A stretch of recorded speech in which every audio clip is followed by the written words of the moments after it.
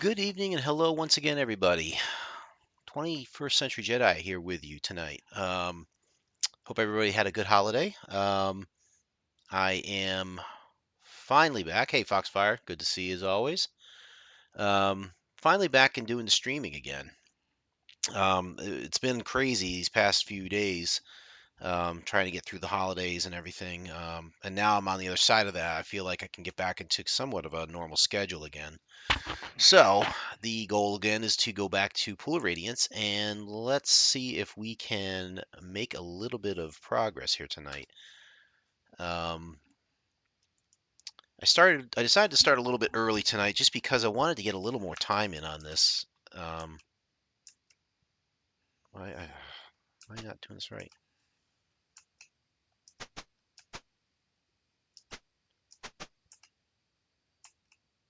KM. K is, wait, this is weird. I think I need to swap joysticks here. Hold on. Let's see if that changes anything. Yeah, that's better. Okay. All right. Where are we now, I wonder? Area. Right, I gotta pull up my map again. It's been so long since I played this game. I think I looked at the snapshot time. Thank you. It is good to be back streaming. Um, I think I looked at the snapshot time, and we haven't played this one in almost a month now. So it's kind of good to get back into this one, see if we can really get far with it. I have too many of these pages open right now. I need to find. Oh, I can't see it. I need the map. I need the good map. Where are you at? I gotta scroll through this. Never keeps my pages here. Where is it?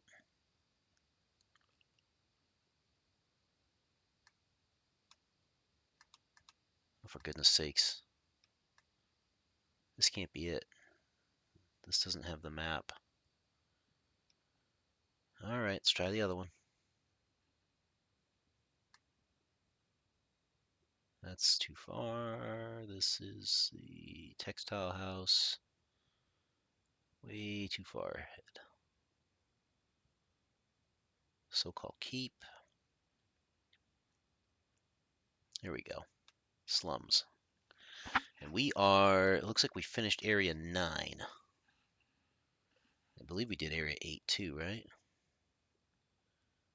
Area 8 was the Gypsy, which I think we did. Beat the Orcs. Yep, I remember that. Let's take a quick accounting here of.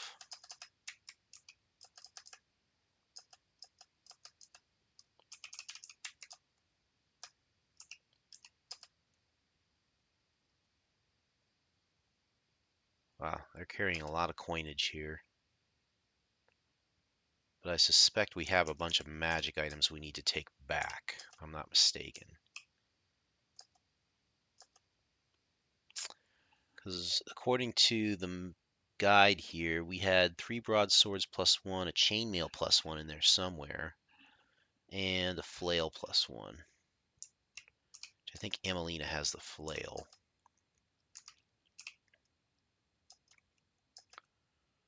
Yeah, we should we should probably go back, I'm guessing. We don't have a lot of XP, unfortunately. But we could go back and get some cash. Just trying to think about, like,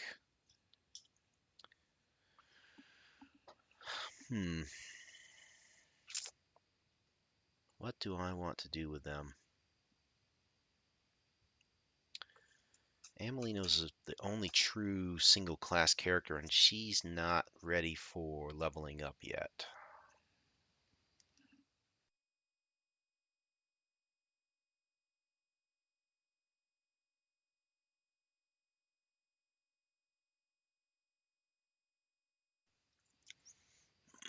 Excuse me.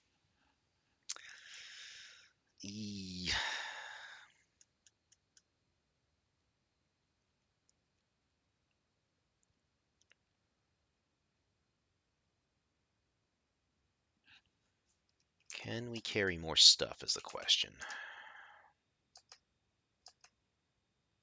Yeah, I think we could, potentially.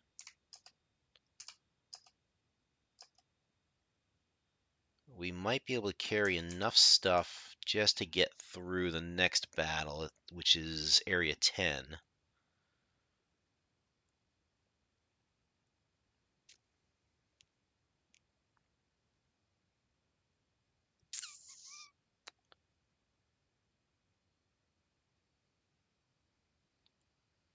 Ugh. The problem I'm having right now is I'm trying to figure out, like, I don't want to overburden my characters, right? So we don't want to have too much stuff where we're leaving loot behind that's valuable.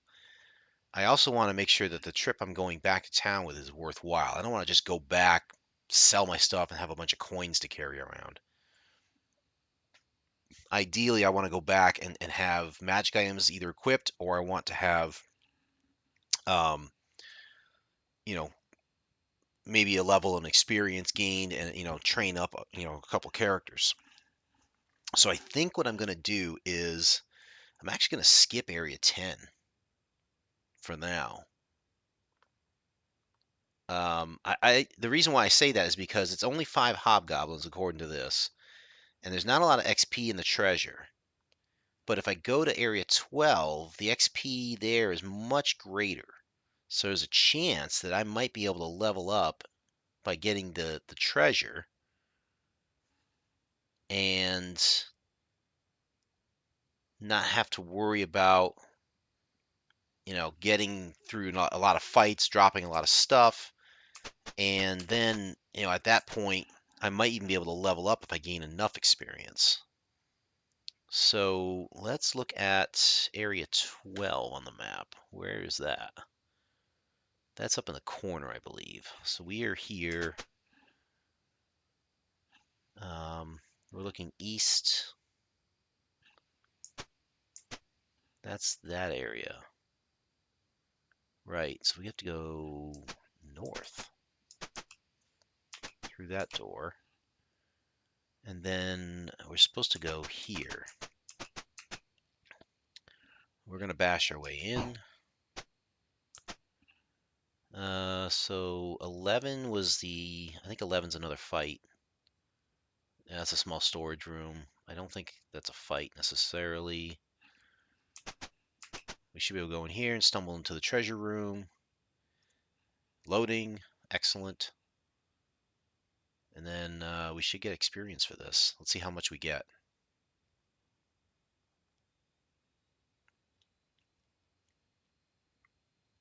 So I know Foxfire and I were talking about this offline last night, but I finally beat.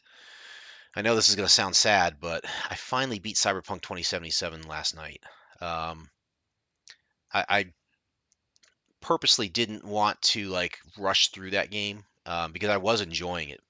Uh, I still, in fact, I'm inclined to go ahead and get the DLC at some point when I'm ready. And it might be sooner rather than later, I had hope, because I noticed that the longer I waited on that game, the more it changed on me, which was not exactly the greatest thing. Yes, the changes that they made it at that game were they were for the better, but I noticed that when I was doing that, it oh rats. Sorry. Let me finish my story here. Then I'm gonna reset the game here because I think I messed up. Um, like for example, when I went to the battle I was getting stuck on was with Adam Smasher because he's a tough battle. It's an absolute brutal battle, unless of course you're geared up properly to specifically handle him, which I was not.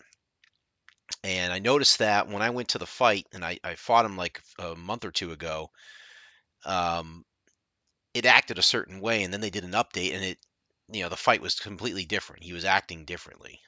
So it seemed like they made some changes there, and that goes throughout the whole game. There's changes here and there that, as you notice it, you're like, oh, okay, so they changed this now. This doesn't make any sense, and now I have to figure this out. And like, For example, at one point there used to be armor on your clothing, and now when you look at the clothing, it's all like meh. It's like there's no armor at all, it seems.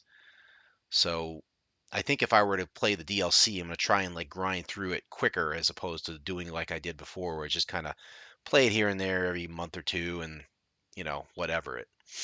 Anyway, I messed up on this because it's looking for a disk that is not in the drive at this point.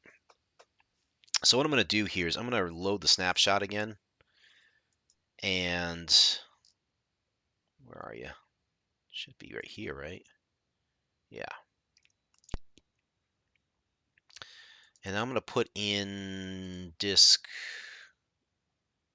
Oh, which one is it now? 2? No. I got to remember which one it is now. I think it's 2.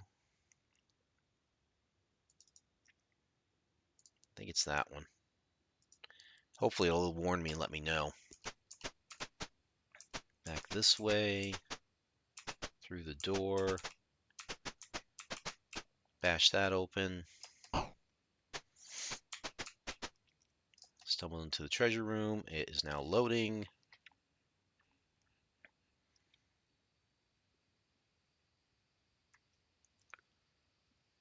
$728 experience points. Good.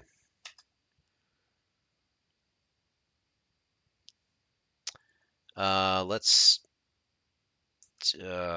take. I think Taros doesn't have stuff. Take the 20 arrows. Take the short bow. We'll share the coinage, and then that's it. Let's view. Wait. Let's view her. 2090. That might be enough. That might be. One of these characters might have enough XP now. Wait a second. Oh, was that is their experience split? That's interesting.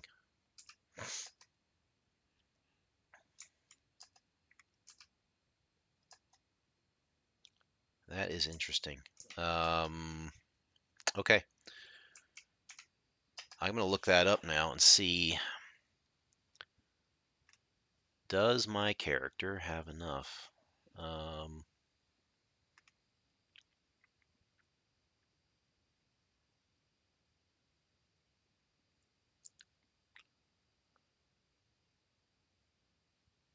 Doesn't say.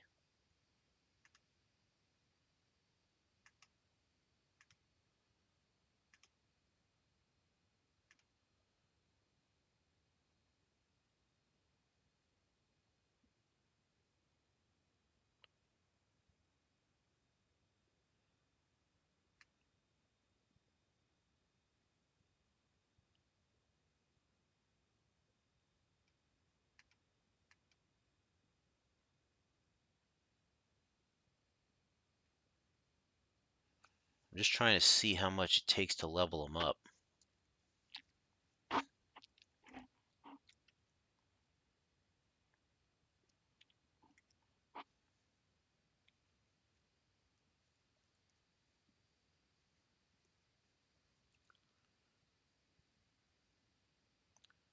$1,000 gold we got.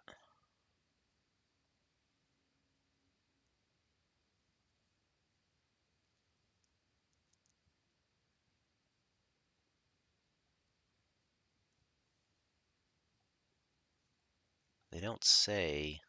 Ugh. Oh, this is so frustrating. We might just have to go and find out. What do we want to do? We should probably. Well, let's go to that storage room first. This is a storage room. I can turn on search. I don't think it's going to matter.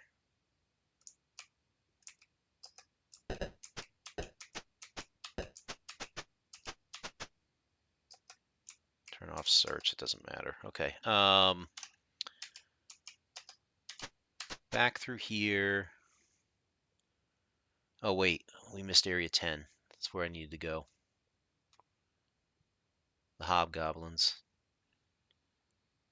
Alright, we could probably just destroy them rather quickly and get their XP. Back in here. Quick save, just in case. Save snapshot. Where are you? Games.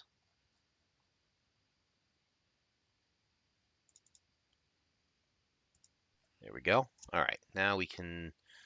I don't think we need to do bless or anything like this for these guys, so we're just gonna go right on in.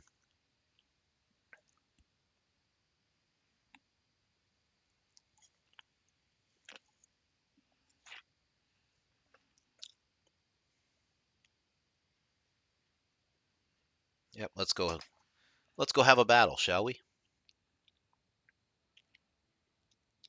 Wow. Sticking Baked. Wow, welcome to the stream, and thank you so much for the follow, my friend. And there you are. Yep. Sorry for bothering you. I want to offer promotion of your channel. Viewers, followers, views, chatbots, etc. The price is lower than any competitor. The quality is guaranteed to be the best. Flexible and convenient order management panel. Chat panel, everything is in your hands. Turn it on, off, customize. Go to streamrise.com. Thanks, but no thanks, my friend. Ah, yes. Gotta love it.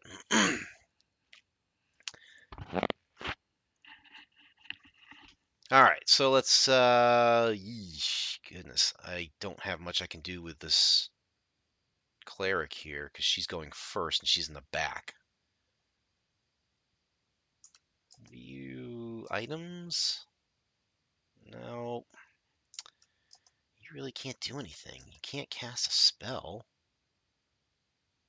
You can't move, so you might as well just guard. You, on the other hand, let's view the items. Ready. Turn that off, turn that on, turn that on.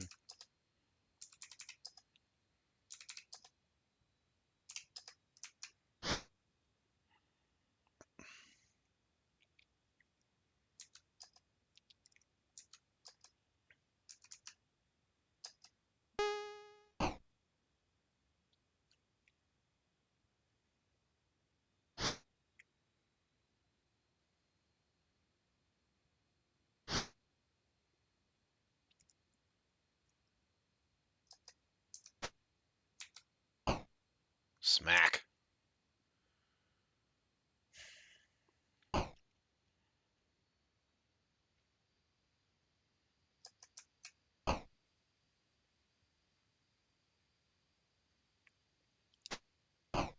Ow. Keep hitting Evandal for some reason. Let's see. Take the longsword. The shield.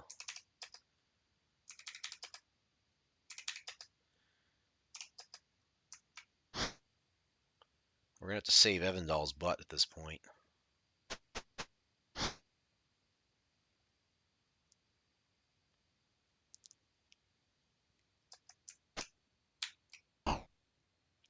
Okay. Aim. Manual. Hit this guy.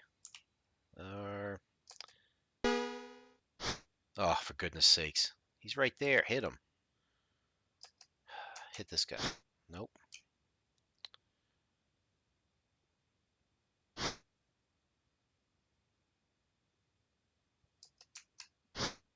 Why is everyone missing all of a sudden? Let's use move. Cast. Cure light.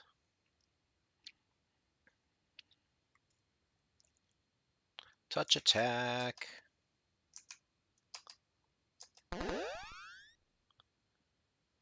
He probably got 1 hit point, didn't he? He's up to 2 hit points now.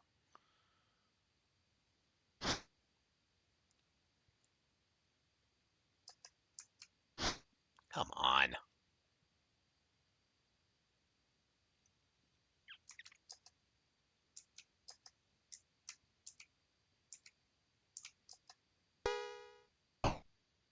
goes 1.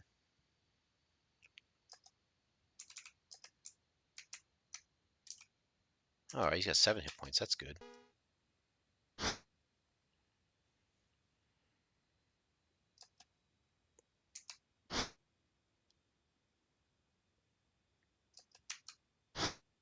Swish and a miss.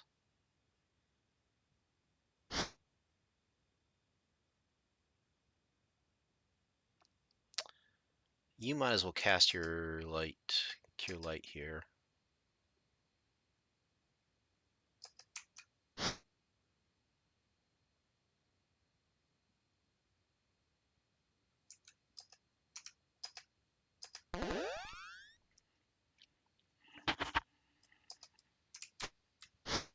My goodness, why is everyone missing?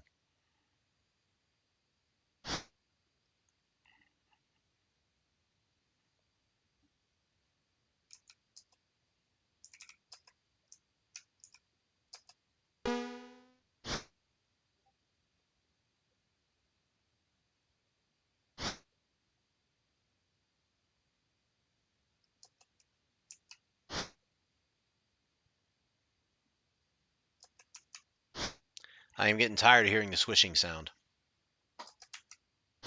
Very tired of it now.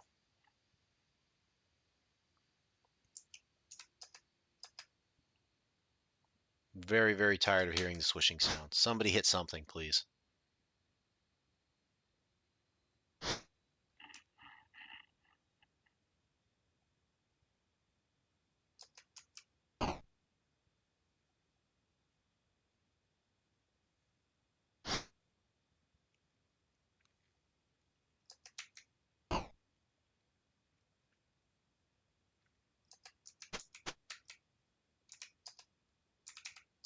Apparently he's weighed down.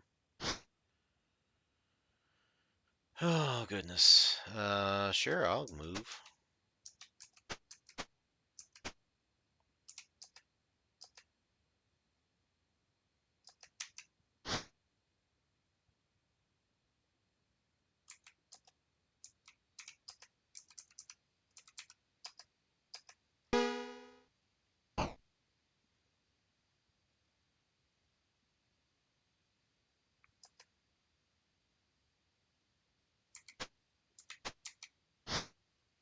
Trying to cordon this guy off so he can't move anywhere.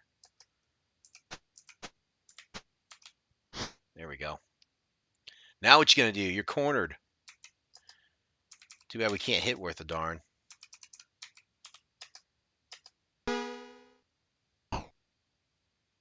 Thank you.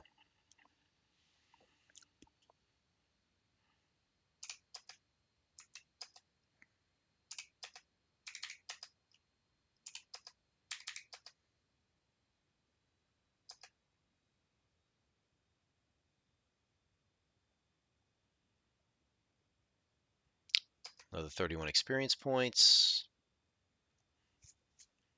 Let's share the money. Let's have Tauros take. Oh boy, long swords.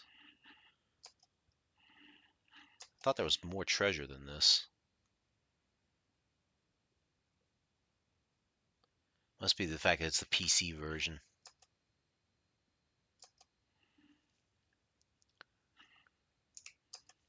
Because they're supposed to, according to this, there's supposed to be a ring of protection +1 and a short bow +1. But that doesn't exist here, it looks like.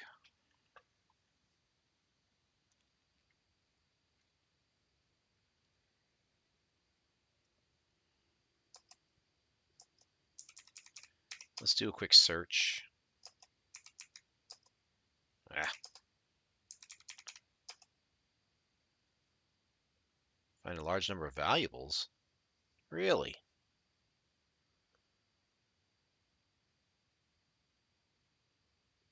240 experience points. What do we take? Share the money. Take. Aha, there's the ring. There's a short bow. Perfect. Did I miss something in the past now? I'm wondering about that. No, I got clerical scroll. Yeah, who cares? Leather armor we got, I think. We did Olo. I believe we got the reward for that.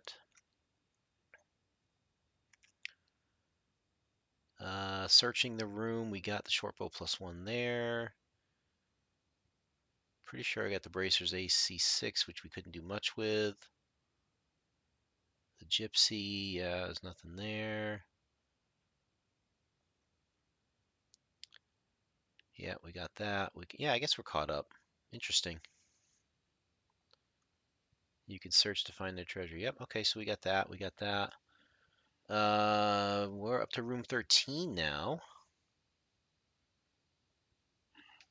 But I don't know.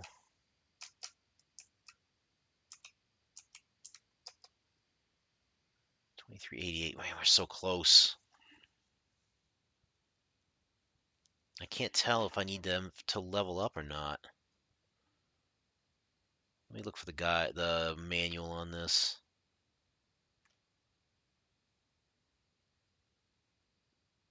That's the Adventurer's Journal.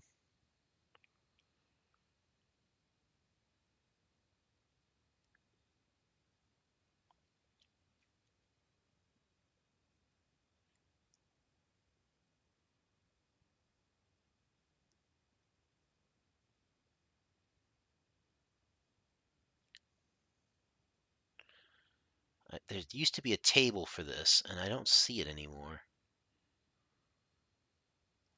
Let's see if I can find it.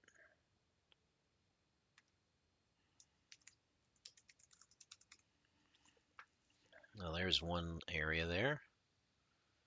7.4.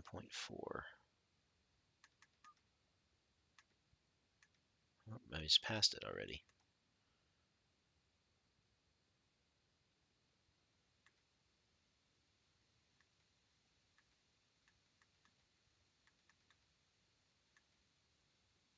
Ah, here we go. Classes. Perfect. Fighter needs 2,000. Thief only needs 1,250. That would be our friend here, Farandwheel.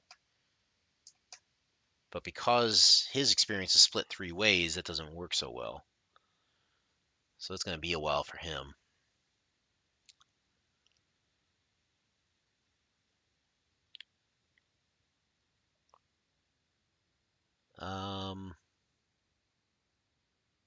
Cleric, 15. All right, so the cleric can level up according to this.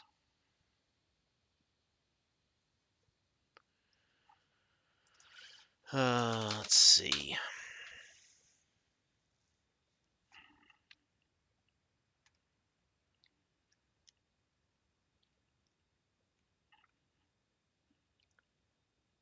Hmm.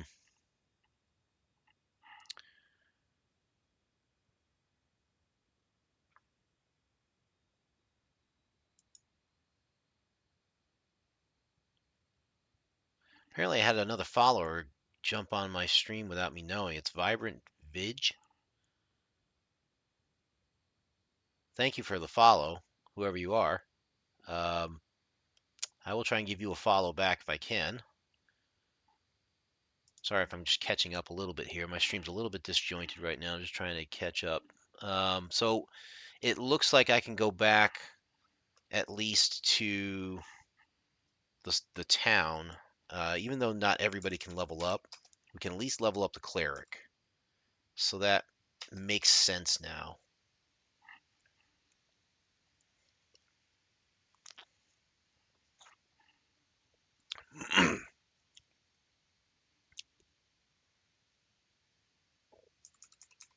Turn off search. Let's move. Let's see. Gotta go back this way.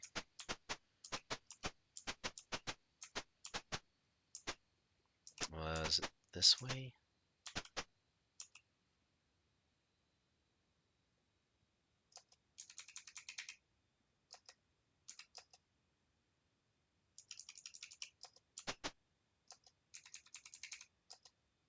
Nothing there.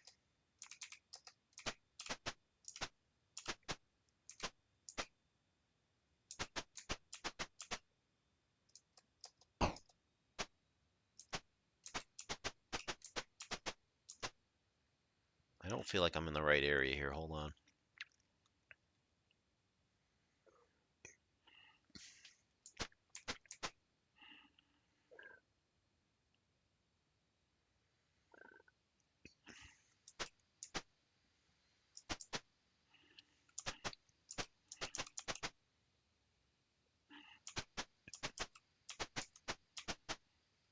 There we go. Now I'm back in the right spot.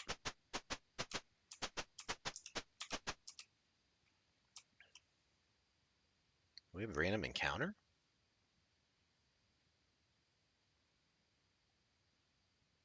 Oh, we are definitely combating this. Let's go beat up some orcs.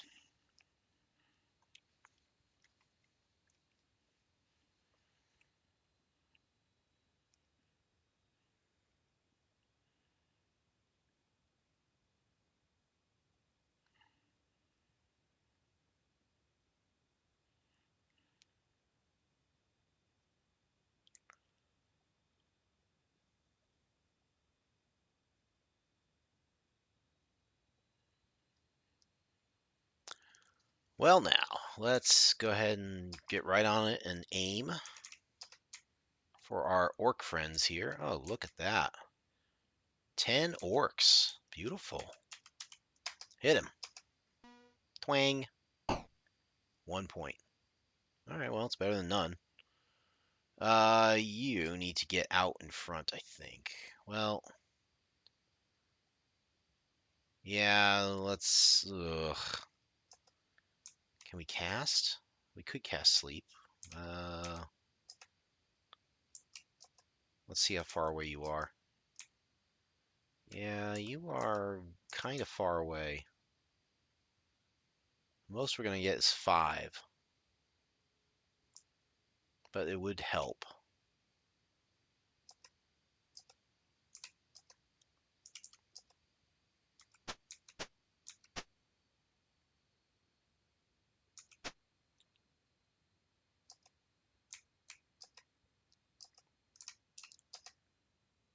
Go ahead and get that out.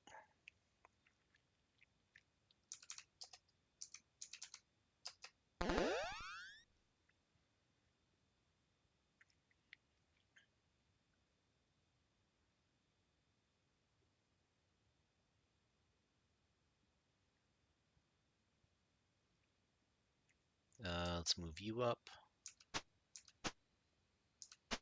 And can we cast with you? Oh, you're a cleric, that's right. You could do this. Try that.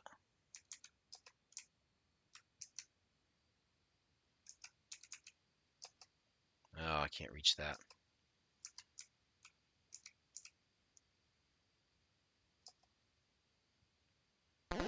You know what? If we get 9 out of the 10, I'll take it. That poor guy in the back's gonna be like, I can't fight and defend my people because they're blocking me. Fun stuff. Wait. Let's go ahead and do it this way.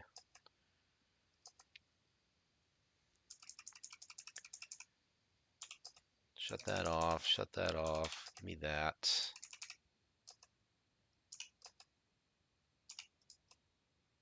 Aim. Manual. Start picking them off.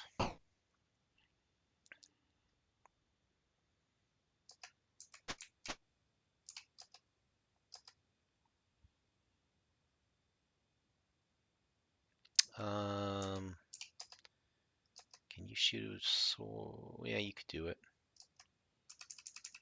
Do this.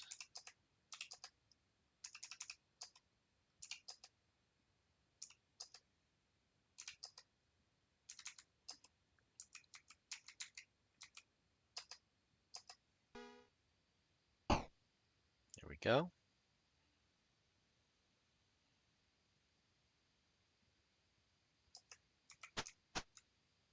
Done. Guard.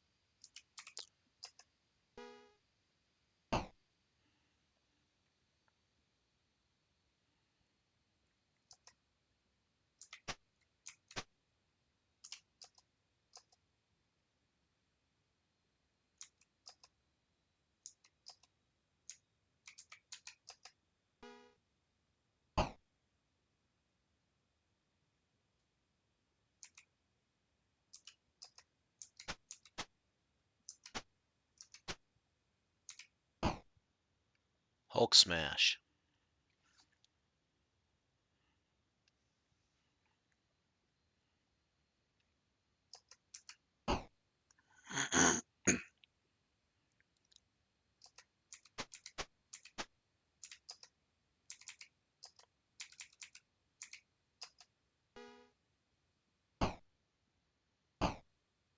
Nice.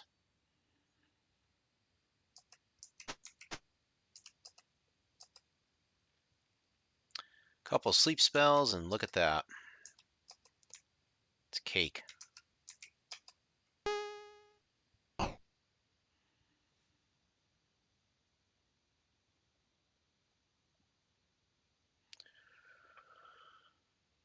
You just guard. We don't care. We'll use the arrows.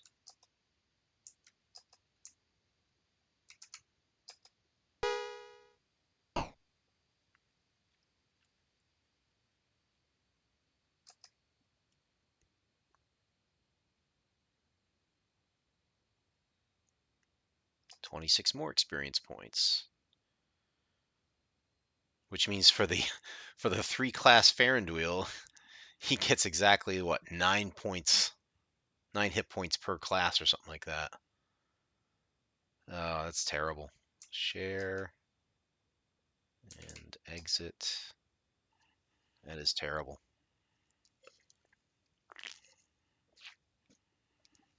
All right, so we're almost home here. We can almost get back to town. We'll do a detect magic, I think, recruit our spells, and then we will, probably not in that order, but we will go to the shop. Are you kidding me? Do we have another fight on our hands? Yeah. We're not even asking for these fights. They're just coming along here. Give me the experience points.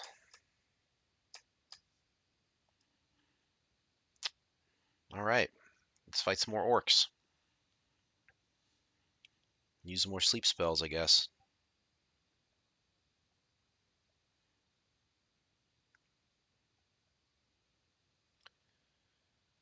Cool.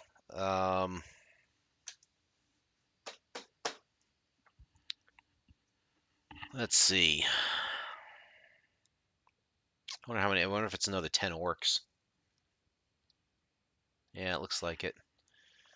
Unfortunately, I think Ranulf was the one that cast last time. Yeah. Why don't you just attack then? And miss. Yay with the swishing sounds. Ow. You need to move here. Aim. Hit this guy. Good. Knock them off one at a time here.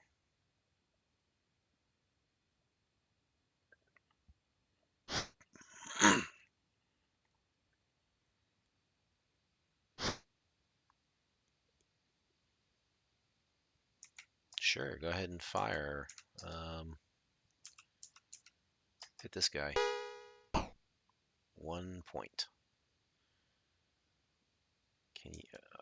I should have checked to see if maybe Faranduil could have cast the spell. I didn't think about that. That was silly of me. Okay. You're going to move up. Swish and a miss. Swish and a miss.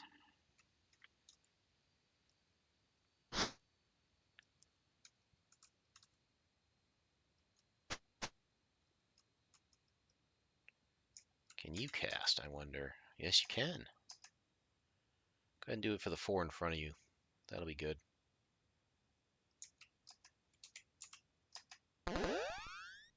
I'll knock out 4 of them. I think Faranduil can cast Sleep. Tauros has used his spell, so let's have you attack. Oh, you can't. You need to view. Switch your stuff back again.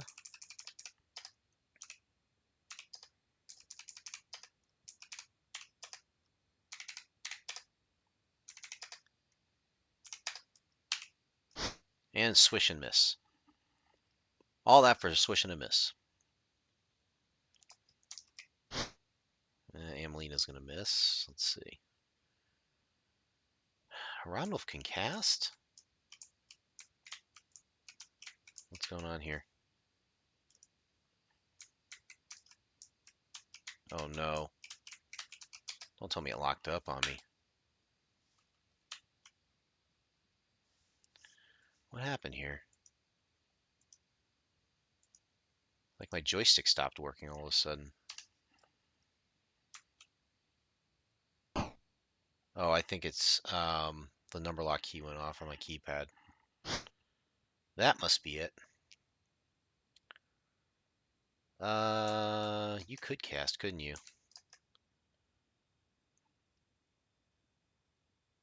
Yeah, why not? Let's not mess around. I mean, we're about out of this slums thing anyway, so why not just do it?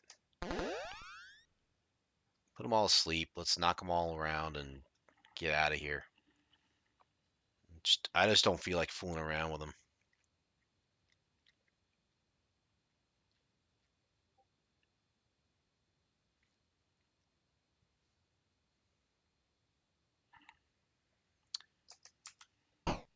Smash, smash, smash, all the way through. Skull and crossbones for everybody.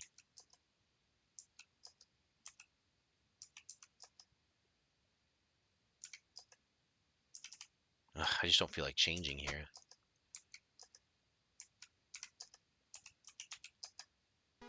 Twink. Take it. Oh. Move. Take that guy out.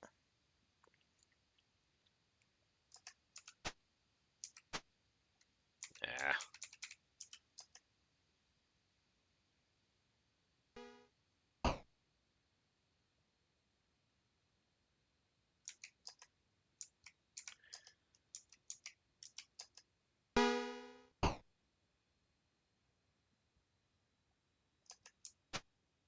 Give the cleric the last shot.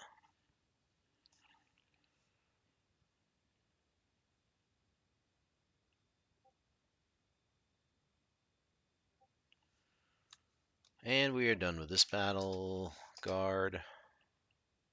Or quit. Nope. Alright, a couple more experience points. Share. Exit.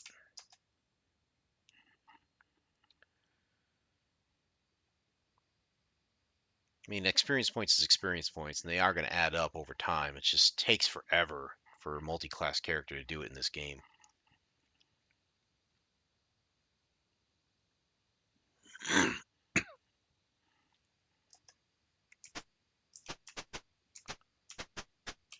There we go. Now it's 3:46 now. We ought to have plenty of time to do what we need to do in town here before the shops close up.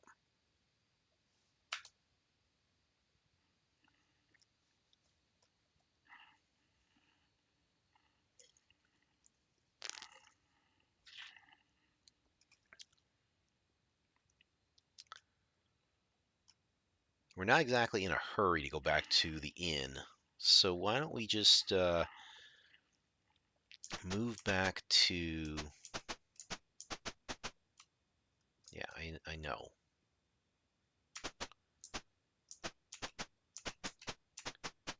We're just going to head back to the shop, I think. The question is, can we cast Detect Magic? I don't think we can because none of them have it memorized.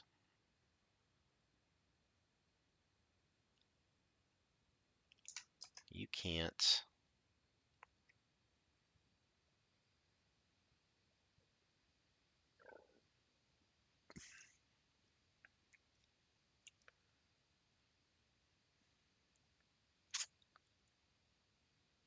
Um,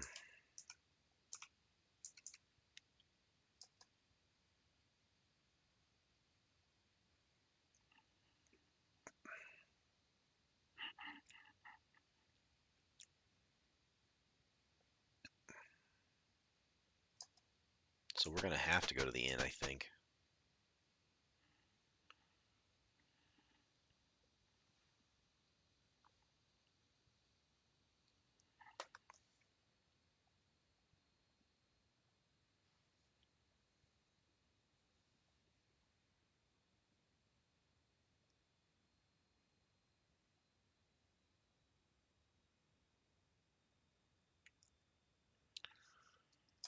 Yep, let's let him pay.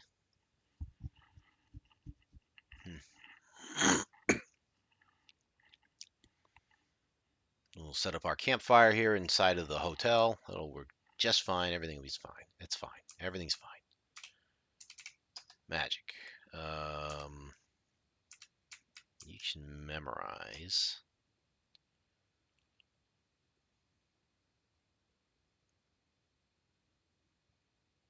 Oh, wait. What's going on here? Go ahead and cast. Yeah, go ahead and blow one of those away. Why not? Let me just heal him up. And then we'll memorize. I'm going to take a detect magic from the cleric side. And then you can have sleep on the other side.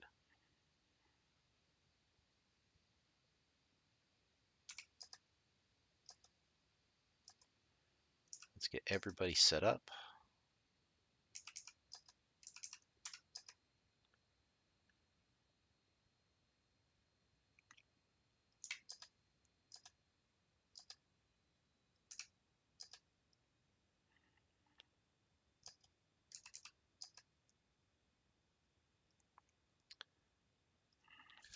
So for future scheduling here for my stream, I am planning on doing a stream tomorrow night for World of Warships.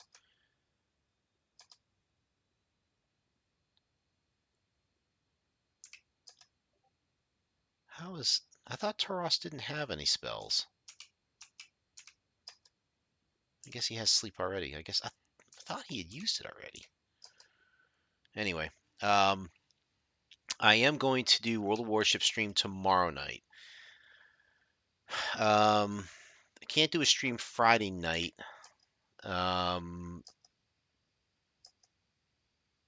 Saturday night I might be able to do something. I don't know if I'm going to feel like it or not. Definitely going to do the Haley project on Sunday night. We are going to do that one as a one-off and see if we can beat that game in one night. Monday night, I'm not sure yet. I'm not sure what we're going to do there. I'm hoping it'll be another Commodore game. We could do the Tank Wars. I'm just looking at the schedule.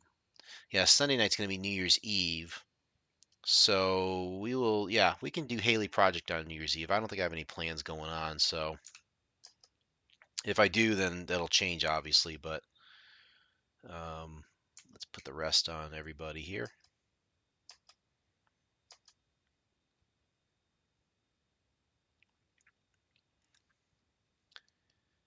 Monday night, I'm not sure. I'm planning on doing a stream Monday night. I'm not sure if it's going to be a Commodore game or we might do Tank Wars, depending on who we can get to play with us.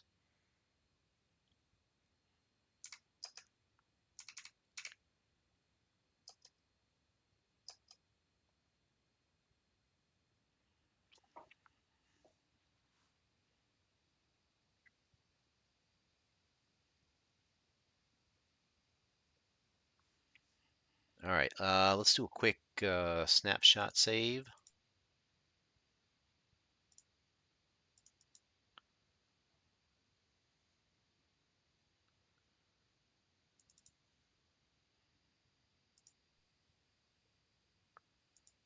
And we'll move. Let's try casting.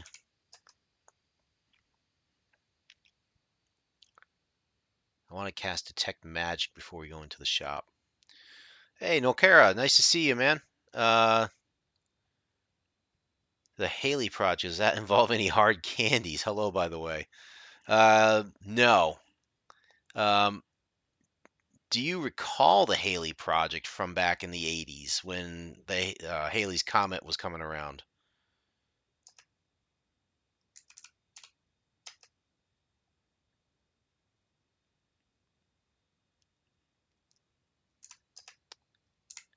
That was a big deal back in, I think it was 85, 86. Mindscape, I think the group was Mindscape. I can't remember the company now, but they put out a game called the Haley Project, which was it was a cool it was meant to be like a super secret looking game um, to make it very exclusive. Too early for me. I'm a youngin. Yeah, I know. I'm getting old. I am old. What am I talking about? No, the Haley Project. It was a cool game. It was like it was meant to be like a super secret type of thing where you had to accomplish the 10 missions and then you would get a secret 11th mission if you did things right, and then if you accomplish that mission, I think you got something that you could send in. You could send in proof of that, and you got like some sort of reward from the company. Again, this is back in the days before internet, so obviously everything had to be done through snail mail and all that stuff. So that was the game. It's basically exploring the solar system, and for what they had back in that time period in 1986. The graphics and the level of detail and accuracy they had about the solar system and stuff was pretty good in that game. So we will go ahead and play that one out and see if we can get through all 10 or 11 missions there in one night. Um, what was also special about that game was, and again, I purchased it back in the day too, um, they gave you a lot of stuff with it physically. Like the game, it wasn't just the diskette and the instruction manual. You got like, it felt like a full binder. You got the instruction manual, the diskette. You got a cassette tape which played this cool sounding message, which we'll play on the stream as well. It made it sound like you had a dossier which was filled with information and all this other stuff. Secret stuff just doesn't work well in the internet age. Well, it does and it doesn't. Depends on how you deliver it, I suppose. There was something special about uh, receiving the physical information and having that in your hand. Uh, in the 80s, as a society, we were talking about things like, um, hacking computers and hacking into the Pentagon and getting information downloaded online through BBC, um, BBSs and things like that. Um, the primary mode of file transfers and information were still paper copies back then, though. Like, everything was still done in file folders and file cabinets and things like that. So when you had the physical stuff in your hands, like that dossier that they put out and the cassette tape and the diskette, it really made you feel like you got your money's worth out of it. Like they really gave you a lot of stuff for your money. And I don't know, it was just had a different feel to it, I guess. Anyway, let's go and let's see. How am I going to do this? Let's view each person and see what they've got for items, because I have to plan this out in such a way that everybody gets the right weapons that they need. So there's the chainmail. The chainmail plus one is probably not going to equal the splint mail, I'm guessing.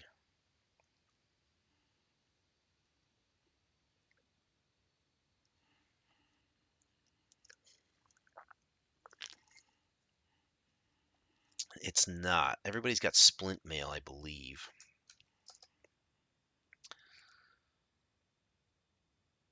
Um, Rats, I gotta go back into them and sell.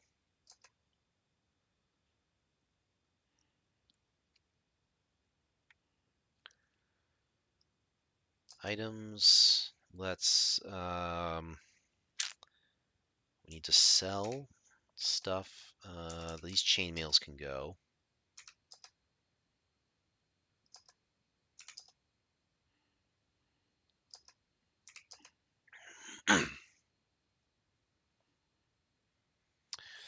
Yeah, it's good to have you on the stream, man.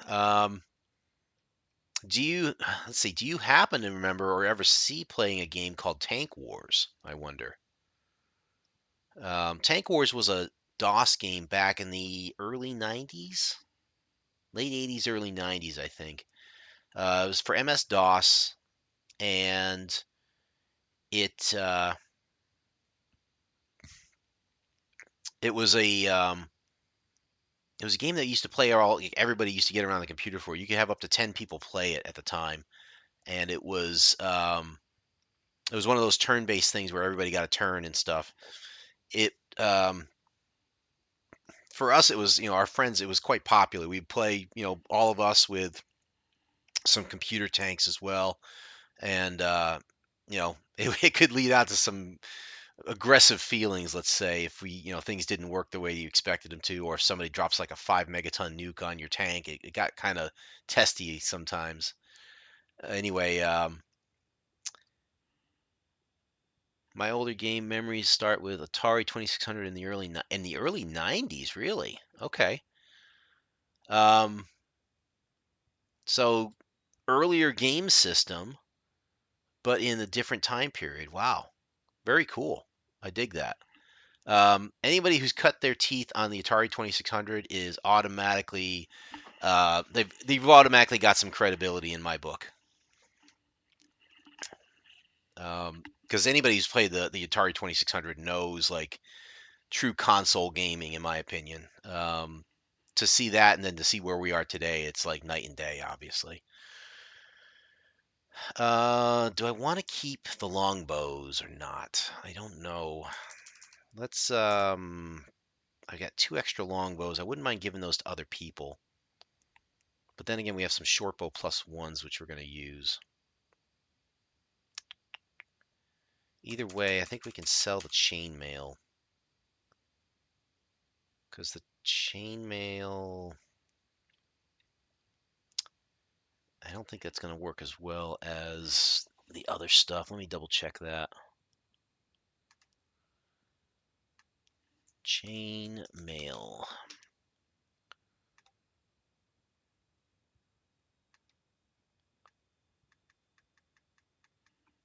Show me. Where is it now? Chainmail, chainmail. AC is 5. Splint mail. Okay, I see. So, Uh, so according to this, the chainmail is only a plus difference between that and splint mail, and you actually get more movement with the chainmail. Some racing game. Adventure. Wow. That's another one that's on my list to do. In fact, thank you for reminding me, Nokara. I'm going to write that down on my list. I've been wanting to do adventure for the 2600 and put that on the stream.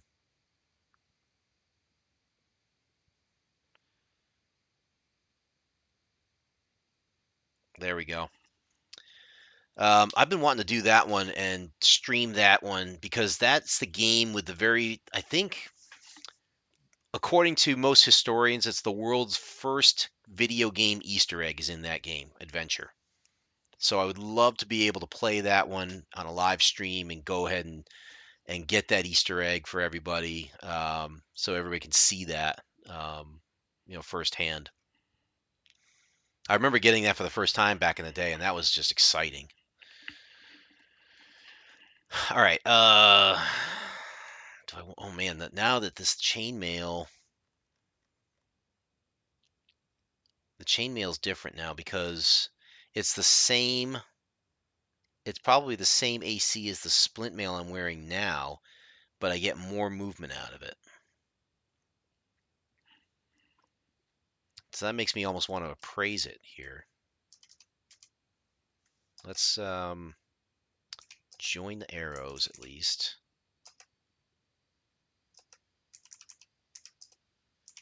Ready those so we have them there.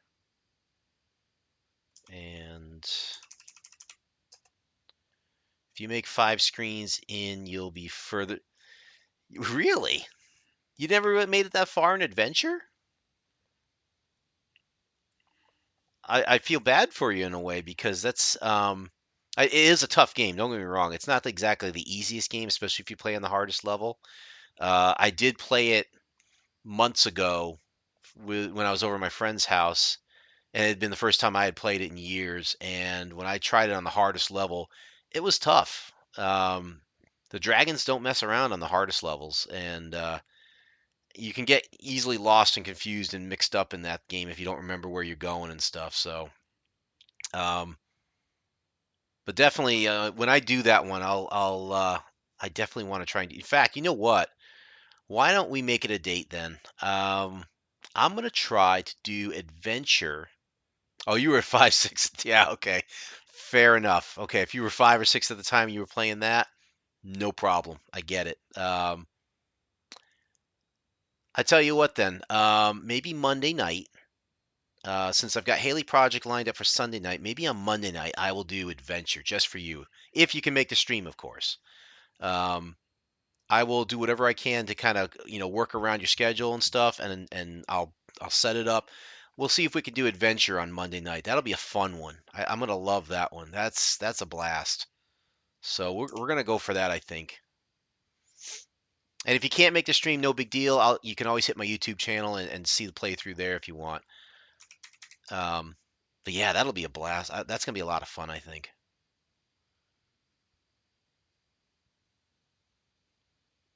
All right, so let's view Evandal. Playing this game's a lot like adventure. Until after 8, that's fine. If you can do after 8, that's fine. I usually don't start till 8:30 anyways, so tonight happened to be an exception. I wanted to kind of start a little early tonight and make some progress on this silly game. So, um, yeah, yeah. If you can do it after 8, or we watch it on YouTube, that's cool too, man. Um, Loving it.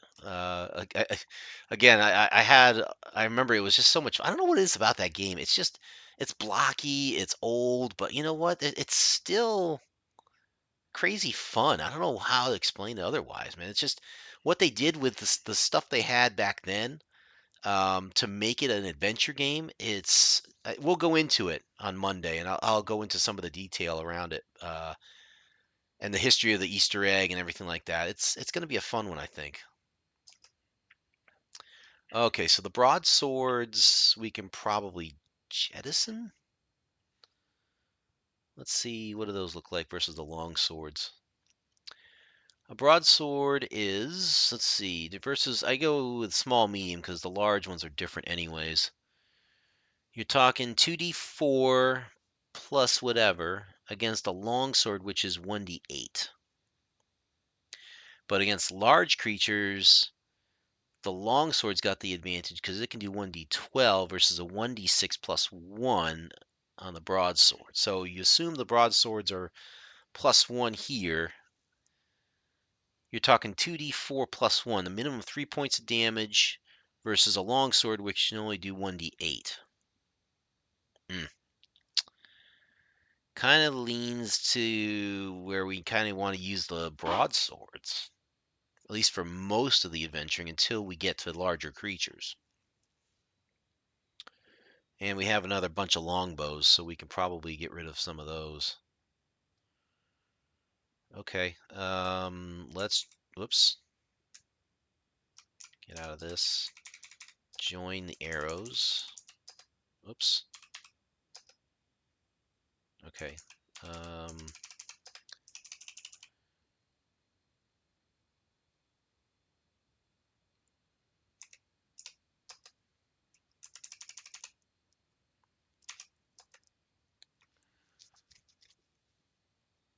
yeah, carrying crown, man. I'm excited to close that one out, but I'm also sad because I really enjoy playing this character, this Magus. I'm gonna be a little sad when I can't play it anymore. In fact, I may have to bring her back as like a level 1 character in a whole nother campaign way down the road. Won't be for Iron Gods and it won't be for Skulls and Shackles, but man, I would love to kind of bring that one back.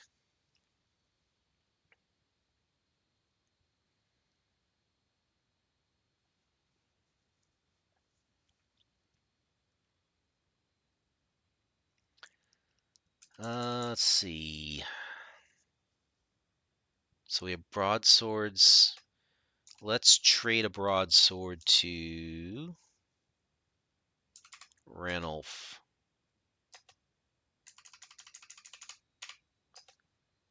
And trade to Evandal? I don't know. I'm kind of messing around here a little bit.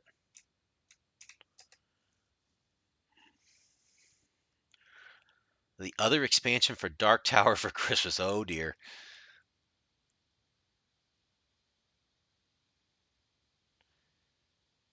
Yeah, playing character for a while is going to be fun to see you do that, especially the character you have devised up.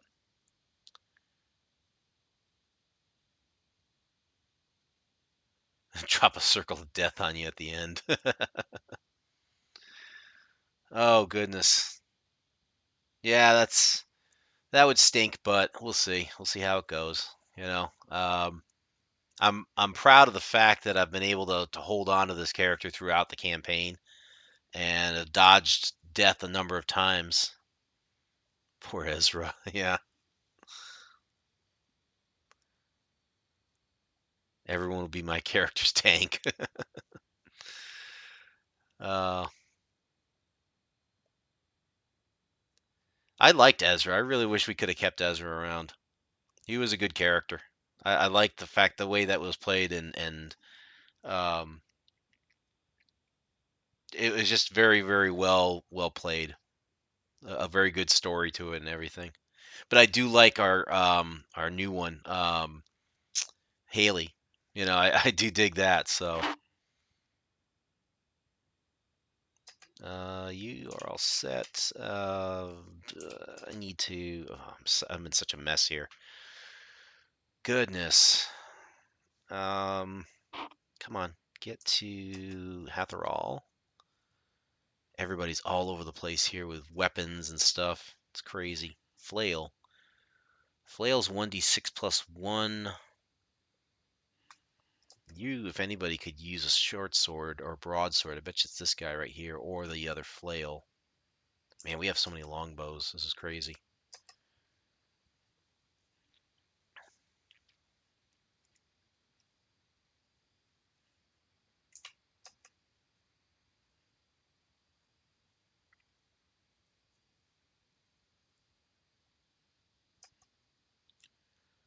Long swords, yes, we can probably sell a couple of those. We definitely need to ID the ring.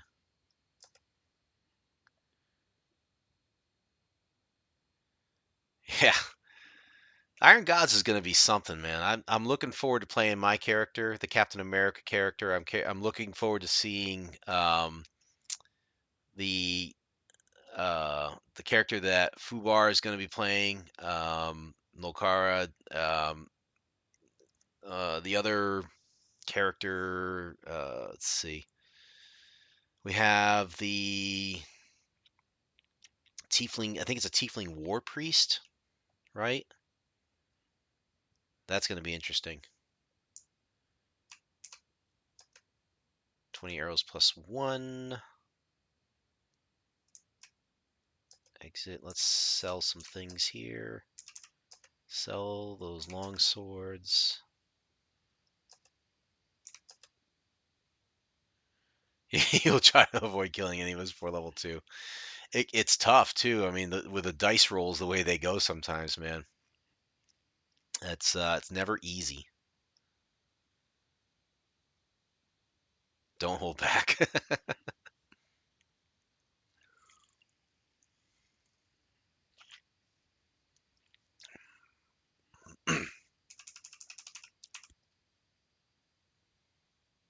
We are all D&D veterans. Yes, we are now, huh?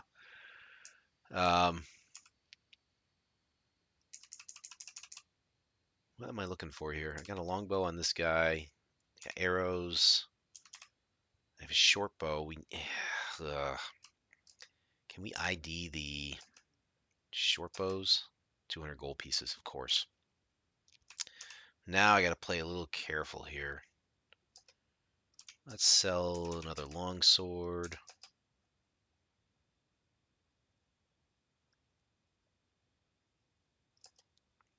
One more is fine. Okay. Um, yeah, this is a mess right now. I'm trying to balance the party here a little bit, loot split it and everything. So how was your holiday, Nilkara? I'm hoping you had a good holiday. It's been a while since we talked, man. Items, join. Let's see. You got the short bow and that. You got the bracers. Quick rundown on this game. Think Advanced Dungeons and Dragons from the way back when. Probably around the same time you were playing Atari 2600 at 5 or 6 years old. Um, the rules are about the same, from that system. Um, I don't even think this is second edition. Friends, family, and doggo makes the season bright. Yes, it does. Yes, it does. Very good. Glad to hear that. Glad to hear it. My holiday was good as well. I was a little um, I was a little downhearted when the holiday came to an end because I always like going into the holiday and enjoying it and spending time with people and everything. And when that time comes to an end and the day's finally here and we do all our stuff and everything, towards the end of it all, you're kind of exhausted and you're like, oh man, it's all over and I can't enjoy it longer. Still on Thaco? Yes, still on Thaco indeed. Watch this.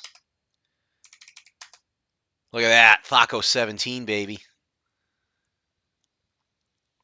I think this game was advanced D&D, be a useful of the Thaco system. Yeah, it was yeah, I'm pretty sure it was Advanced Dungeons and Dragons. I think even the box said like Advanced Dungeons and Dragons on it. Oh, because of the Thacos. Okay, gotcha. Um,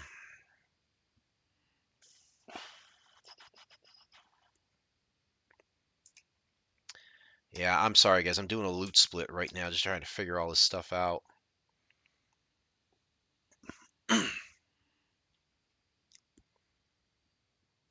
Emelina, I think, has a flail. She has a mace right now, which 1d6 plus 1, 1d6. The flail would be 1d6 plus 1, 2d4. Can you ID that flail? Flail plus 1, yes.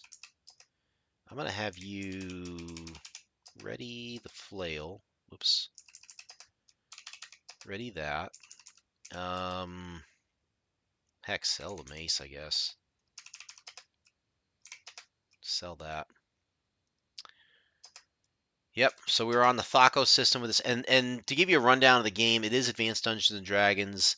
Um, it's a little bit funky to try and go back and remember all the stuff from this system, especially the way they split the classes, split the experience points, and all that stuff.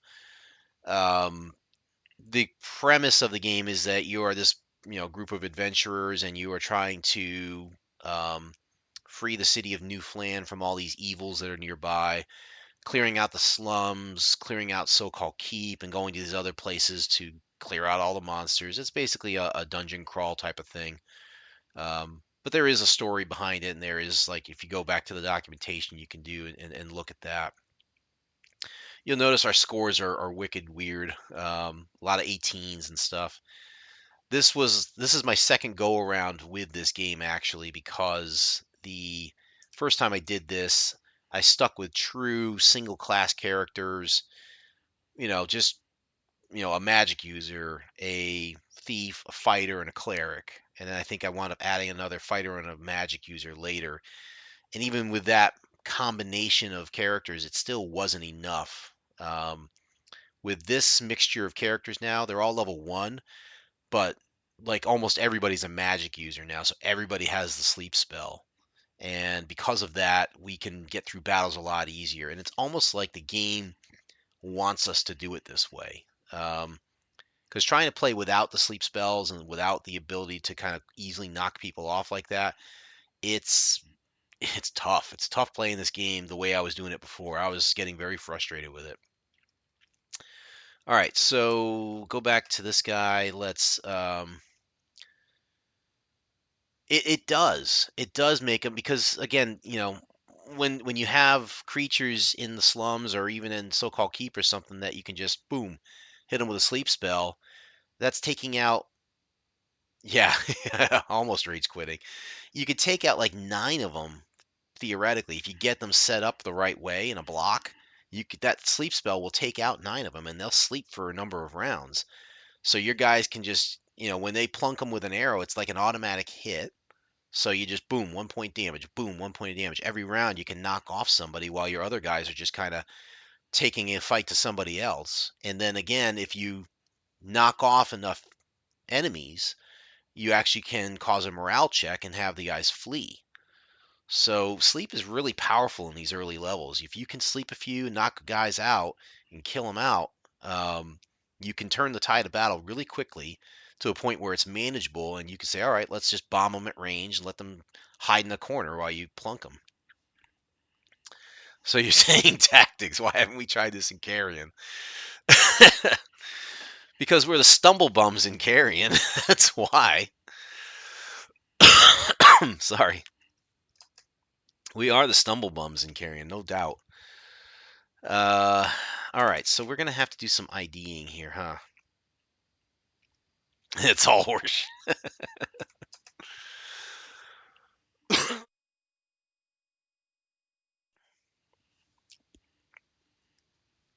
I think what I want to do for that person that we're referring to there in that last comment, I want to find somebody who's good with metal working, who can work well with metals. Well, actually, I don't even need to do that. Yeah, the A team. That's right. We had the A team and the B team, huh? Um, I forgot all about that. Like we only had 4 people. Yeah, we kicked butt, didn't we? That was fun. Um, what I want to do is I want to get like a sheriff star and then like a copper piece and just put that together as a gift. The female NPC tank. Yeah, that's our new tank now. Um, Ignatius is gonna have to take a seat. Uh, yeah, I guess sell the longbow.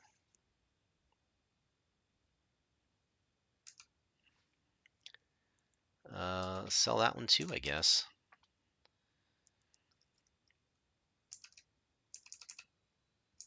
And now we need to ID. I definitely want to ID the broadsword. Can we ID the chainmail? Ugh.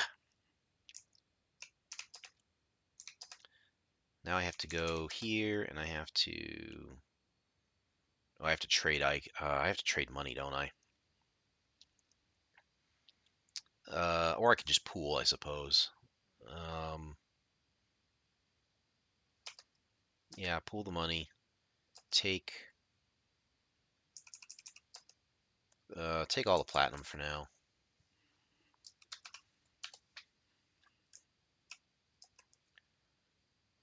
Let's see now. Let's use you, and we need to.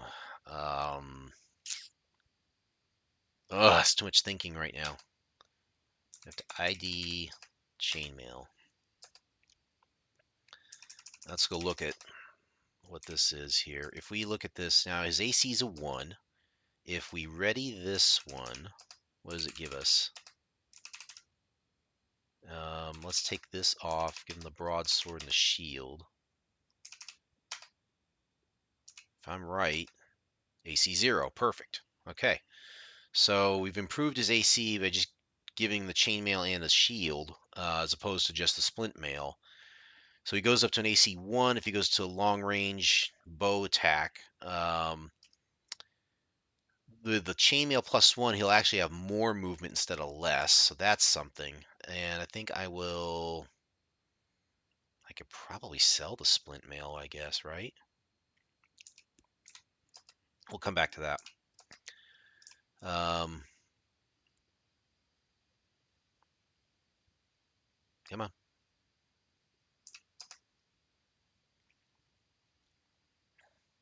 Oh, that's right. He has no money, so he can't ID anything, can he? Yeah, he's got to at least identify a broadsword. So sell?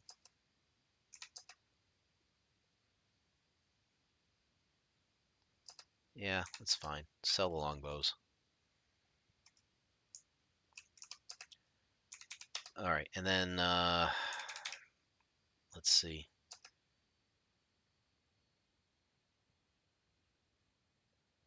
I also have gems and jewelry, which I need to sell as well. So let's pool the money, take the money.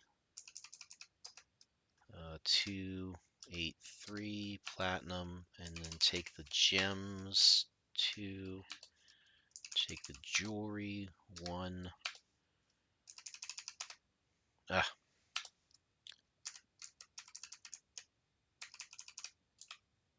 okay. View.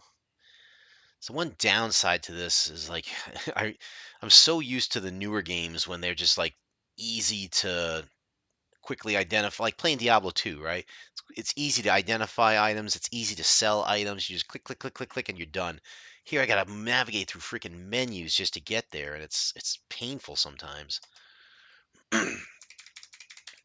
ID broadsword. ID that broadsword, and we're gonna trade one. Hatherall, maybe. Just move it down the line. All right, and then exit. Oh, you need the ring. I think I need to put the ring on him. The bones of it are the same, but the UI enhancements make a world. You're right. You're absolutely right. It's crazy. Um, Praise the gems. We'll sell that. Gem 250. We'll sell that. Jewelry 2500. Wow, pricey jewelry. No gems or jewelry. Let's. Okay, so we're gonna need the ring of protection. I think we're gonna try and put it on Evandal because he's got a high AC compared to the others. And they really, yeah, I'm jealous of you and Foxfire for being able to play Baldur's Gate 3 now.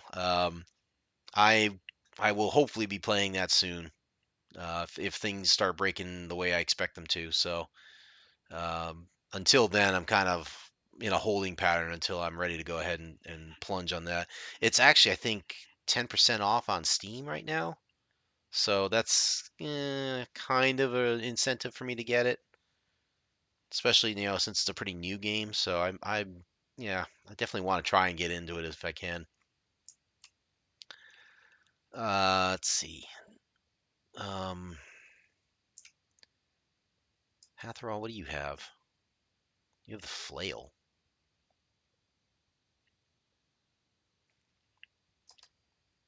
You have a broadsword. Flail versus a broadsword. Yeah, I think it's not even a question. Yeah, we gotta definitely ready that around. So take that off. Ready that. You've got a longbow. You're fine. Let's sell the flail. Ah,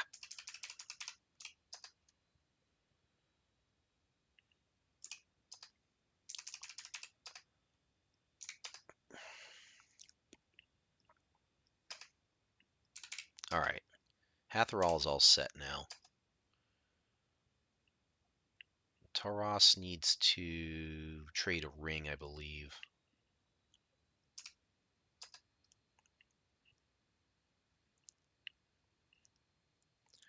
Though he could probably use it too. Let's trade the ring to him.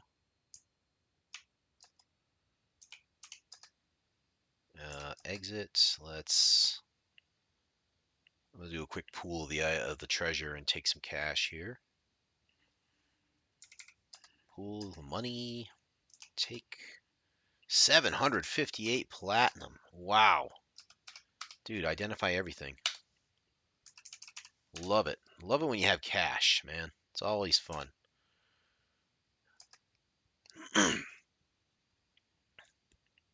Make it rain. Oh goodness. Definitely want the short bows because those are handy.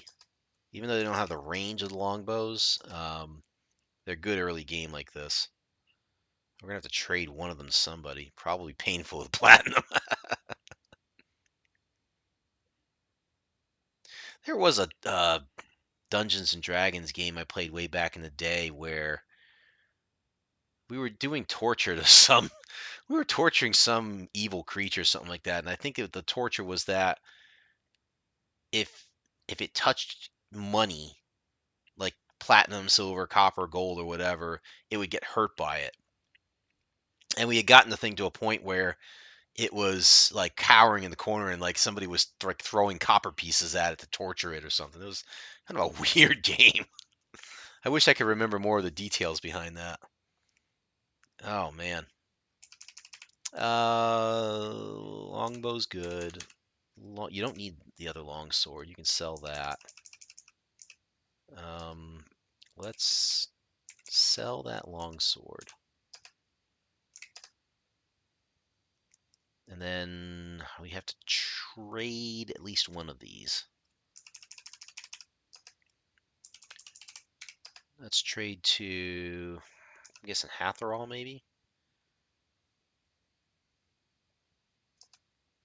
You can have a short bow +1.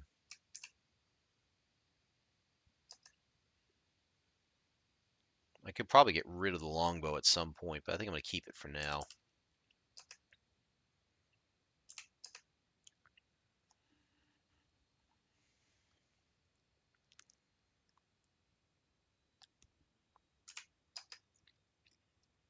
Fighter, magic user, thief. 754 experience points. All right, so he's got short bow. He's got the bracers. The bracers, unfortunately, are not useful yet, I don't think, because they only bring your AC down to a 6. And I don't think a ring of protection is going to be enough. I don't know why I'm holding on to those yet. I might just sell those at some point. He's got the shield, splint mail. He's got the long sword, short bow, arrows, long bow, arrows. Yeah, I guess everything here is good. Although I think I'm going to do is this. Just do that. Give him a plus to hit. Iron Fang Invasion. I was an alchemist who had throw anything. He came across a lycanthrope and none of us had silver weapons. I drank an extract that allowed me to make coins as a weapon. So I threw silver pieces at the lycanthrope. Yeah, that sounds about right, actually. That's pretty close to what I was dealing with. It might have been a lycanthrope or something like that that was had a weakness to silver. That might have been it. Jeez Louise. So many stories from D&D, man.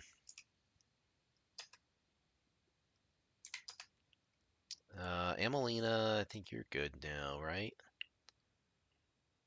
All you need is you. You have the flail +1. You don't need anything else.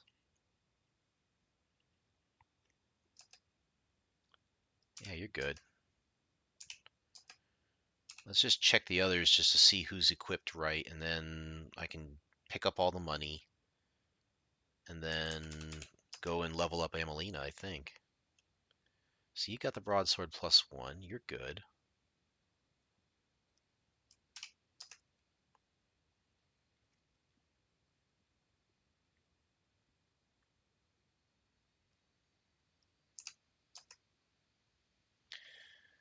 Kind of stinks that when you get a follower on Twitch and you find out it's somebody who's who's trying to sell you something, it I hate that. Let's turn on the ring. Good. Wait, what was your AC before? 3? Items, ready, that. Take off the longbow. You need a short bow +1. We don't have one for you yet, I don't think. That should drop his AC down to a 1. There we go. That's much better.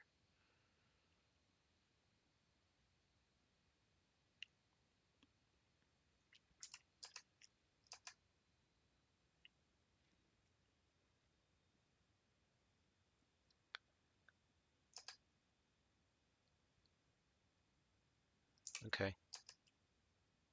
I think we're all set here now. We just need to pick up our money and get out of here.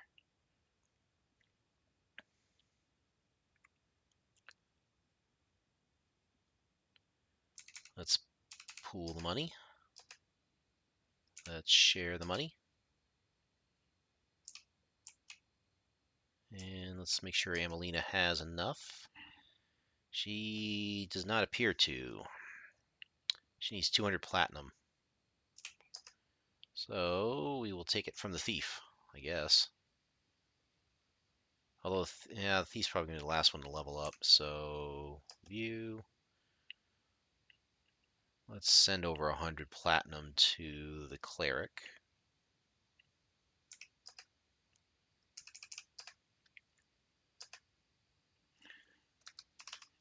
Here you go, 100 platinum. Boom. Yeah, the navigation, you have to back out of 3 menus just to get here. All right, exit. Let's do a quick snapshot here just to be safe. Games, Pool of Radiance, save it. There we go. All right, onward bound.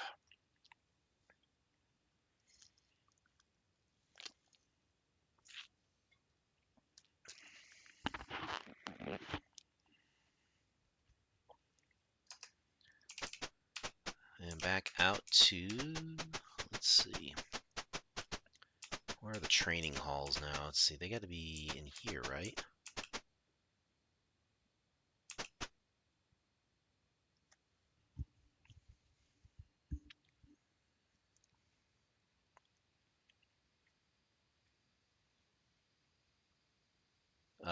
Cleric.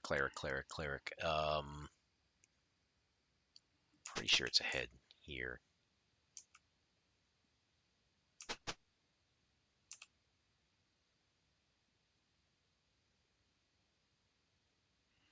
Come on. Oh, it's somebody guarding the door. Halt, your presence is not authorized. Leave. Yeah, we'll leave. Apparently I gotta go somewhere else here.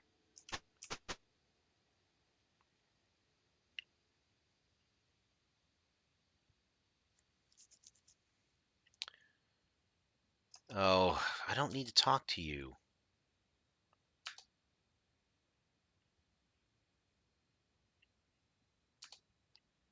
Yes, we know we need to clear the slums. We're still working on that. So-called keep needs to be cleared. We got it.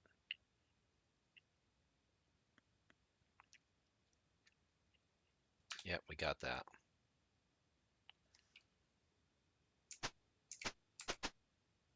Where's the doggone map? I hate this. I used to know this crap by heart, and now I can't even figure it out. Sucks getting old.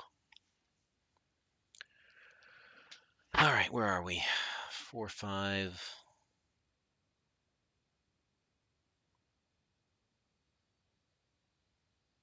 Where the heck is that? Training hall.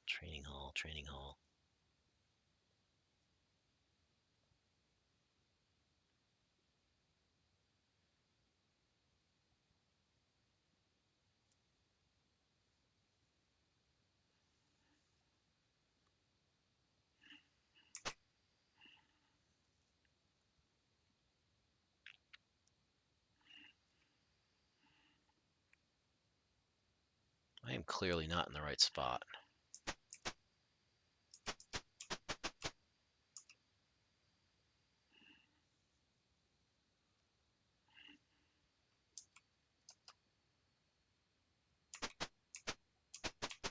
Yeah, this has got to be it right here. Facing east. Clerics go north, that's right. Magic users go through the east door, clerics go through the west door. Here we go.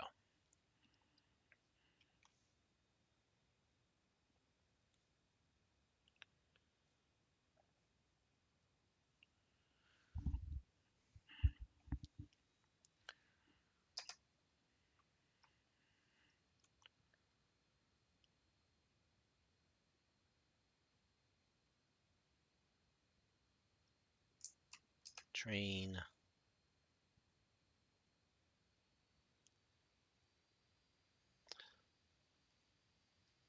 And Melina.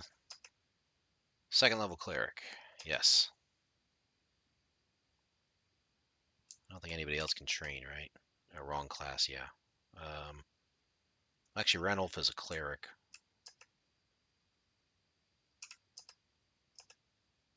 But because you do not have the XP, you have to wait.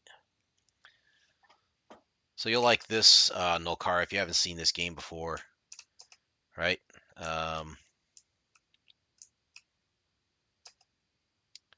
If you notice the trainer in the picture there, he was like a bald guy or balding guy with white hair and white beard and stuff, right?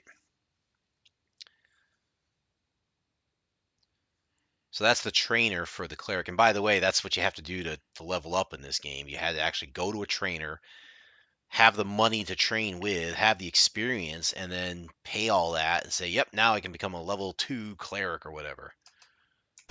Pain in the butt. Of course, now you go over here to the magic user, and what do we have?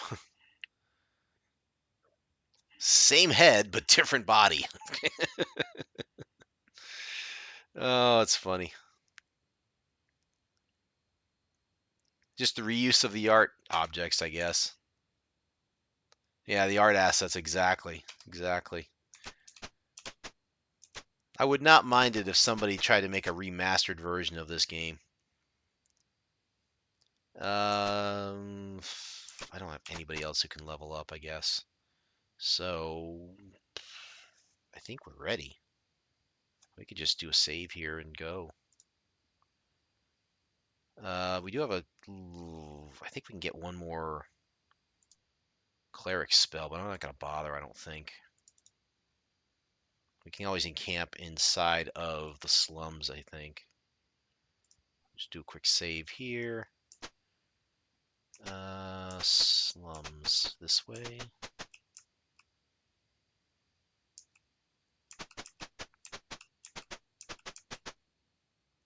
Did I go the wrong way? This map is quite confusing. 310?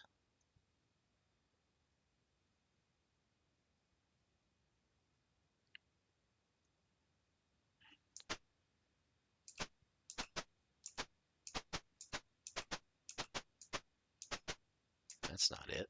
What the heck am I?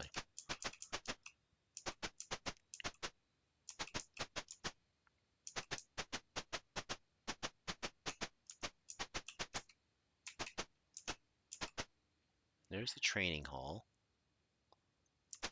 It's supposed to go around here. There we go. All right, back into the slums. Let's go find a fight.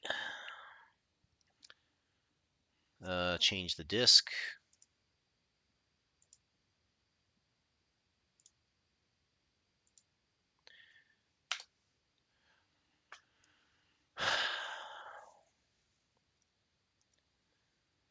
I don't know if you remember playing this, if either of you remember playing this on the Atari 2600. For some reason, the idea of flipping the discs on this game made me think of this in terms of like, I want to say expensive or resource intensive games for like older game systems. And the game called, I think it was called Star. The heck was it now? Star. It wasn't Star Frontiers. It was Star something or other. Star. I gotta look it up.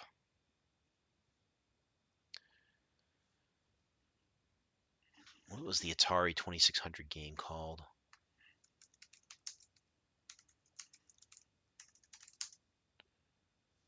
Star Raiders, maybe?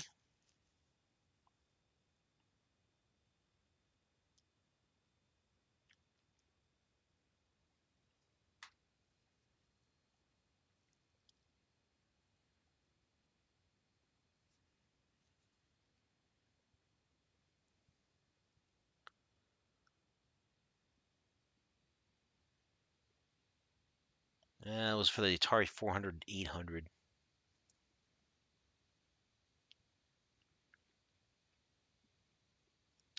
It was ported to the Atari 2600. Okay. Yeah, the game was called Star Raiders.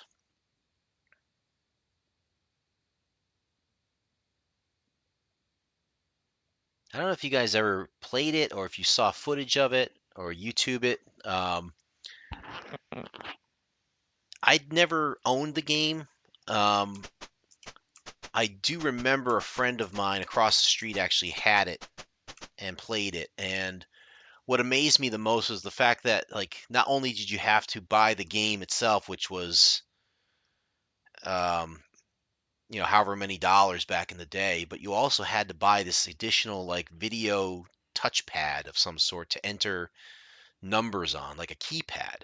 And you had to purchase that peripheral just for that game for the 2600. No other game on the 2600 that I'm aware of ever used that.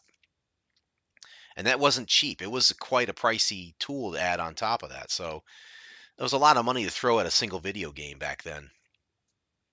Um, but from what I understand of the game, it influenced a lot of games later on, like Elite, Wing Commander. Um, it even had a sequel and a remake later on, and it's actually been submitted as game canon to the Library of Congress, which is interesting. There was a 3D cockpit view. There's 2D maps, attack computer displays, and stuff like that. It was very interesting. I might actually have to dust that one off and see if I can play it sometime. Okay, we've got kobolds, I think. You need to guard, I think. Aim. Oh, you're too far away, aren't you? Rats.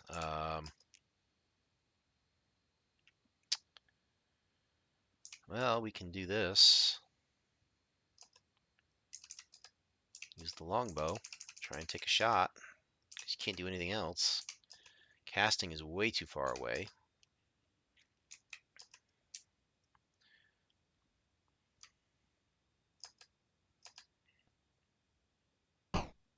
Nice. There goes a kobold leader. How about that? Let's move you. And you guard. They're going to start running up to us anyways.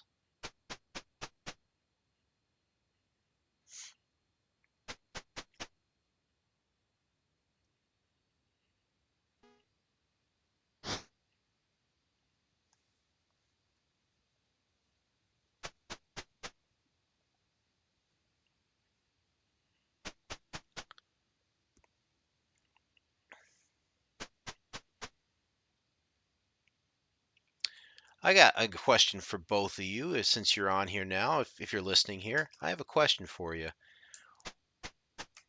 What one piece of advice would you give a person who is interested in playing Dungeons and Dragons or Pathfinder or whatever, but just hasn't been able to take that first step? What's the one piece of advice you might give them?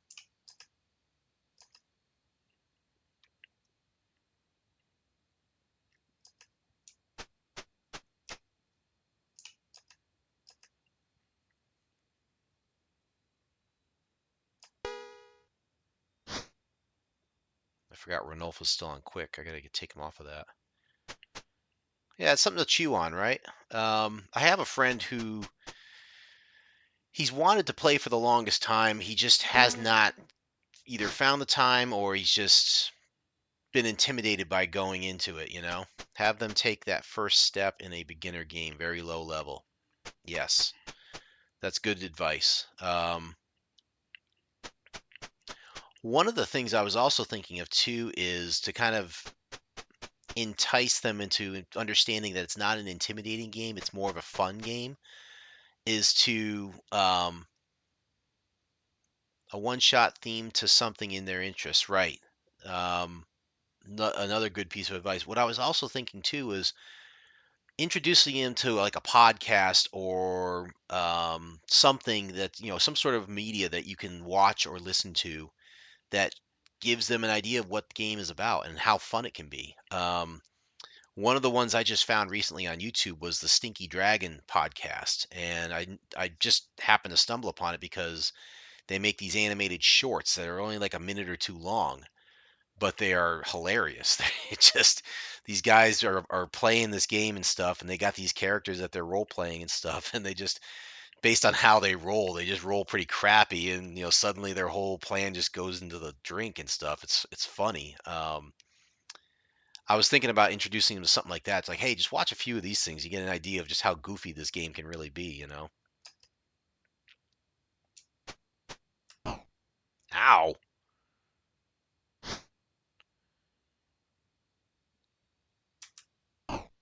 Yeah, kill a kobold, please.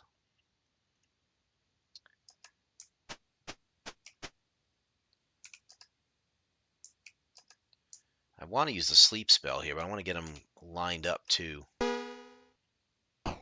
There goes a kobold leader. Oh, sure, I'll shoot again. Don't mind if I do.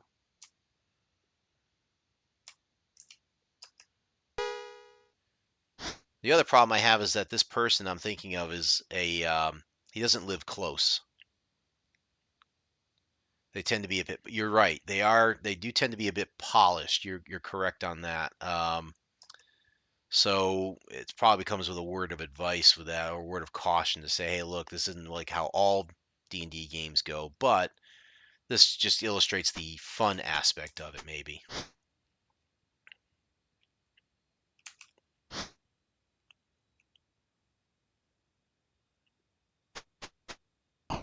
Ow! 6 points of damage. Okay, you need to move up. Done. We're gonna cast. Sleep. I would suggest he try finding a game on Roll20 or FGU to try out.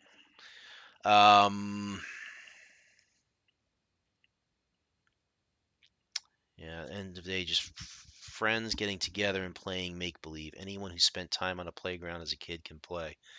True. Foxfire, I don't know about the whole Roll20 FGU thing, man.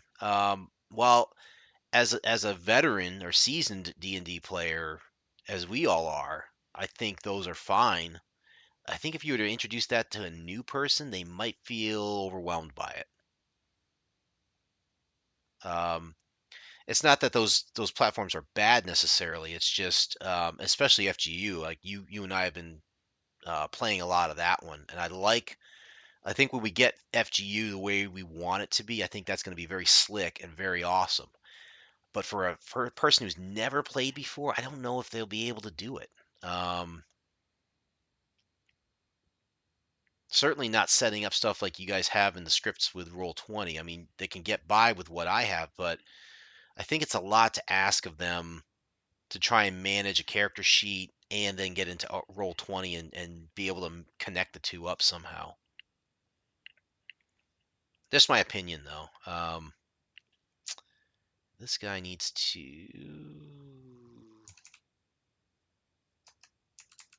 Yeah, let's cast sleep here. We'll sleep 5 of them. Knock them off, and then let's get. I need to get Toros healed, which Ranulf can do as well, because he's in position for that.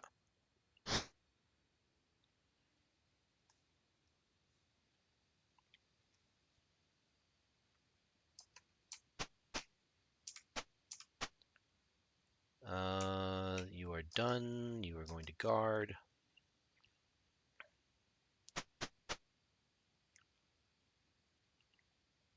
Where are you going?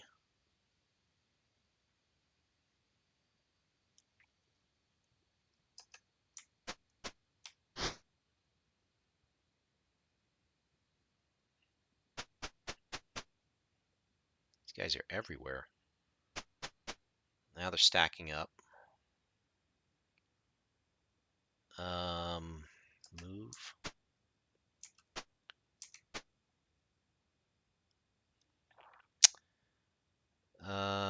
Hit this guy.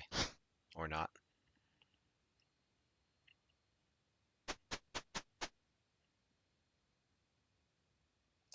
Move closer. And aim. Hold on. Let's change your bow.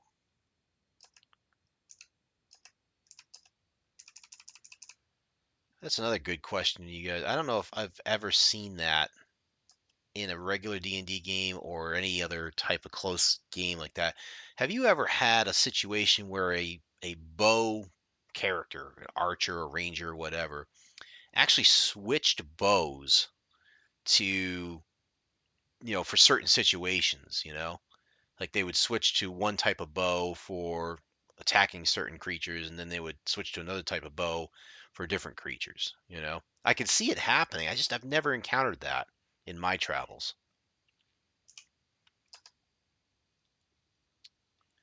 I think it's I have, right?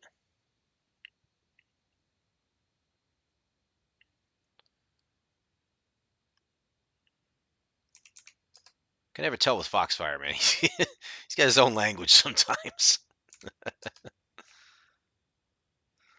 Only if they needed a specific magic enhancement for something. I've seen switching between ranged and melee. Well, that's different though, right? Like, that's going from a bow to a sword or something like that. I'm talking about like I've got a bow ready in one, my default bow is I'm used for most situations, but then I encounter like big finger syndrome on a phone keyboard. Yeah. Um, no, I'm talking about like if you have a ranger, let's say, and he's using a bow for most, you know, orcs, kobolds, goblins, whatever, and then he encounters a different type of creature. He actually switches bows because that one gives him like a +1 to, fire enchanted creatures. I'm just making stuff up here, but you know what I'm talking about. It's like he's actually switching from one bow to another bow and maybe even to another bow, all because, they have various enhancements on them. Um, I don't know if I've ever encountered anybody doing that. It seems like it's plausible, but it also doesn't seem very efficient. You know what I mean?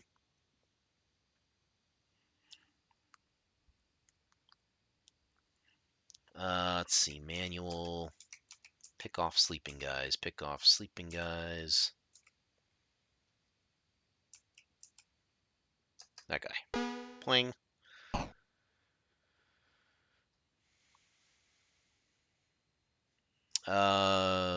Aim? No, you need to cast. Cure light.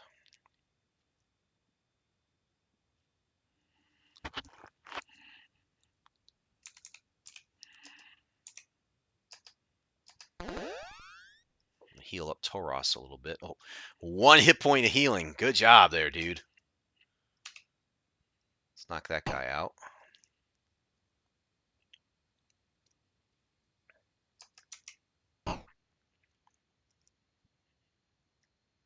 Cobbled smashing. Oh boy, this person's not doing good either. I think my cleric's going to have to heal him.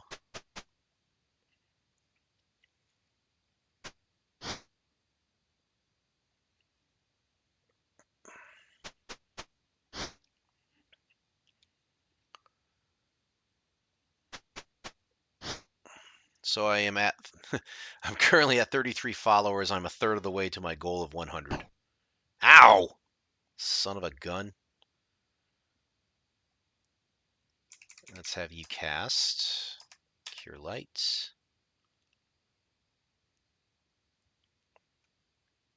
She has 18 hit points. That's nice. Hathral is healed. Oh, he got up to his full 6 hit points. Look at him go. Move. Hit the guy up above you. Nice. 12 points of damage with a broadsword +1. How did you do that? Is that even possible?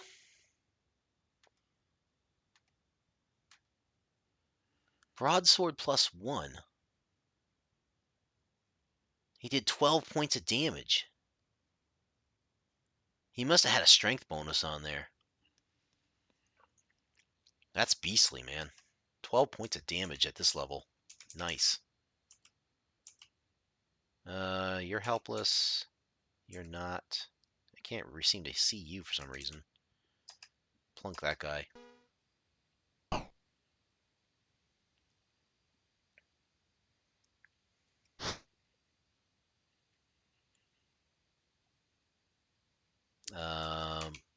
Hit the... Swing and a miss.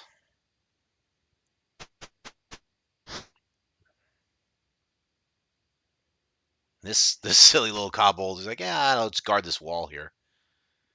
Meanwhile, this guy's still... Oh, he knocked down our thief. Rats. Aim. Go get that silly kobold leader. How about that? Or miss. You know, you can miss. That's cool. Ugh. Yeah, knock somebody out, please.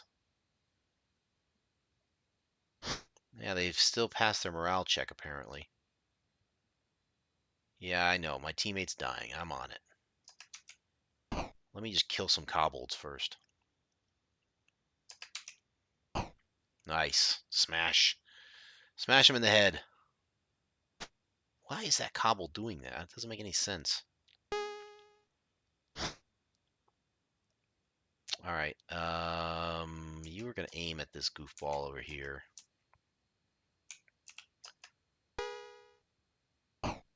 2 points. I like it. Good. Let's have you... I'm going to have you sit and bandage our thief, who we now must heal. I have to do this.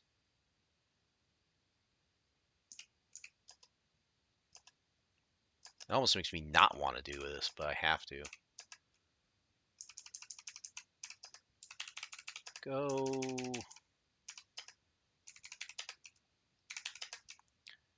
Aim.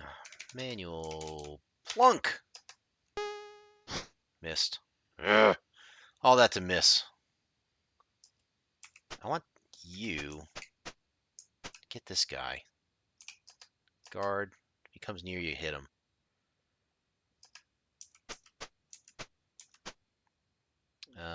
View. Items. Ready. No. No. Longbow. No. Short bow. And plunk away.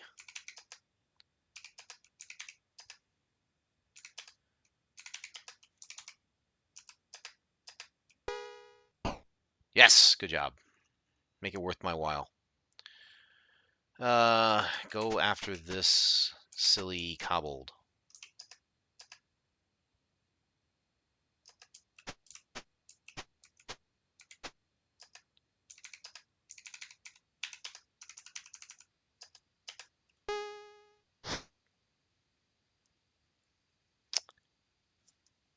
Yeah, he surrenders. Okay.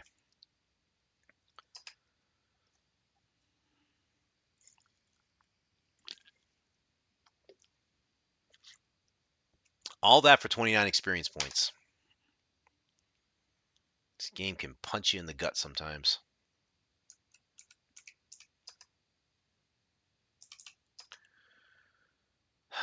None of these things are magical, I think. They're certainly not worth picking up. I think, well, I'm gonna, well, not you. I'm gonna have him take the 57 arrows. The rest is all blah. There's nothing that these kobolds have that's magical, I believe. I don't have a detect magic, but I don't need a whole bunch of short swords, short bows, studded leather armors. This was a random encounter, so it's not like they're going to have magic items anyways. Leave the treasure.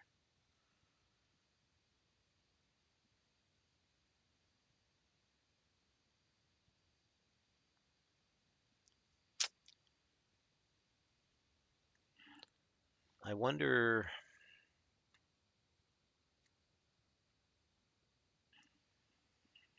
Where are we? We have to encamp, don't we?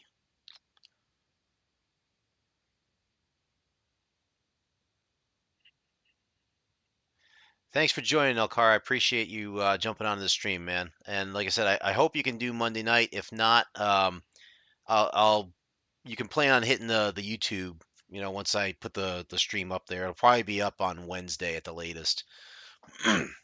But we'll definitely make a run at Adventure. I think I really want to play that one now.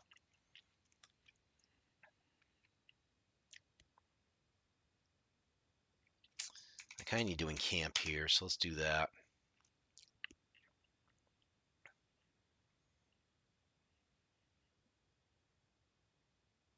Magic on you.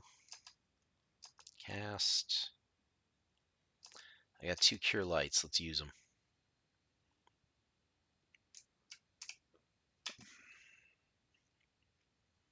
2 hit points. Ah, ah, ah.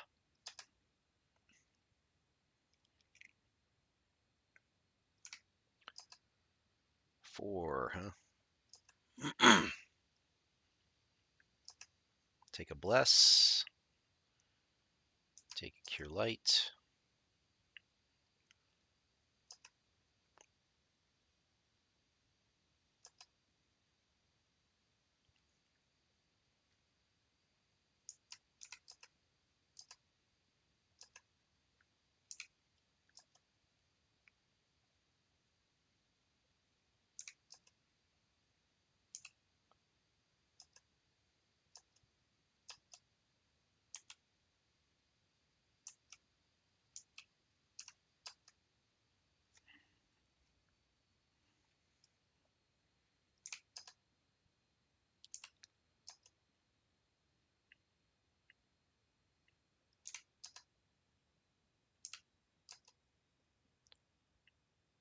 I think it's just Ranulph that needs to memorize spells now. Okay. You need to memorize what? Definitely need to memorize sleep. I think you need the 2 cure lights.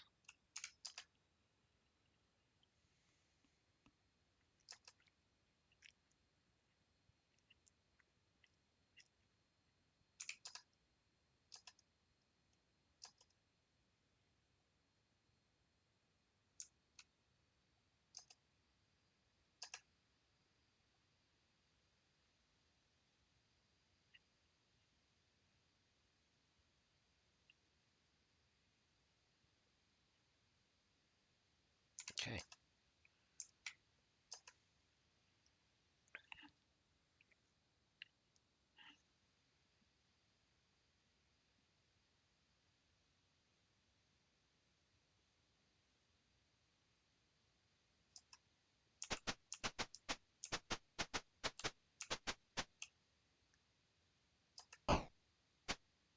All right, so we are now there. Let's see. We did 11, 12, 10 we did, I think, right? 10 was the hobgoblins, which we killed. Ah, room 13 is the big one.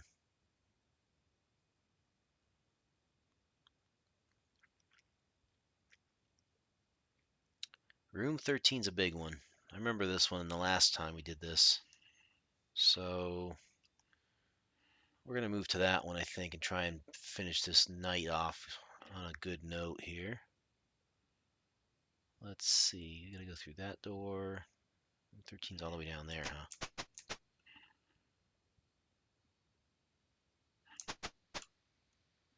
What do? We're going to bash our way through.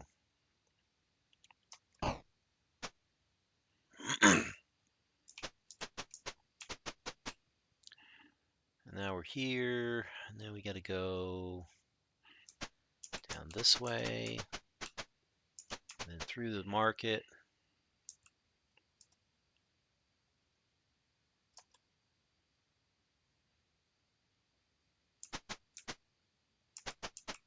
Down here, and here's the room. All right, so first thing we do, let's snapshot, save, games, pool of Radiance, save it, good. All right, now let's have Amelina cast.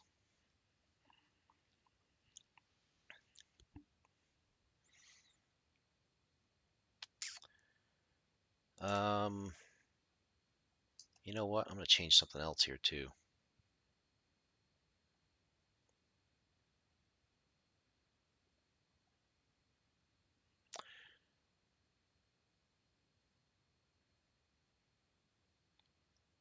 Let's do a quick encamp. I'm not going to memorize spells here or anything. What I want to do is I want to change the order. Position number 1, I think I'm going to put the cleric up front. She's got a -1.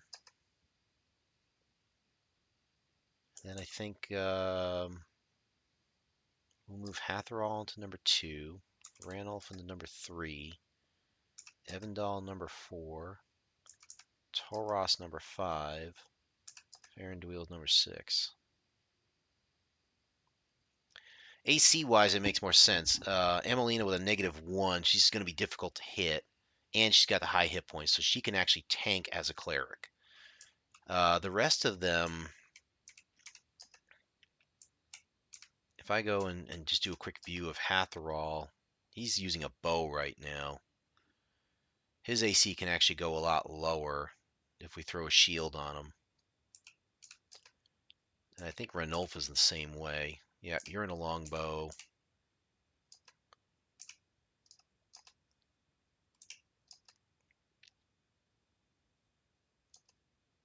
You're in a shield and you have an AC of 1, I think. So you're not as strong. Tauros is using a bow. His AC is not the greatest, so we'll move him back. So that's good.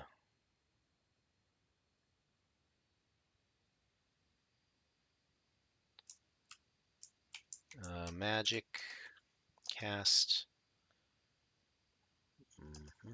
less.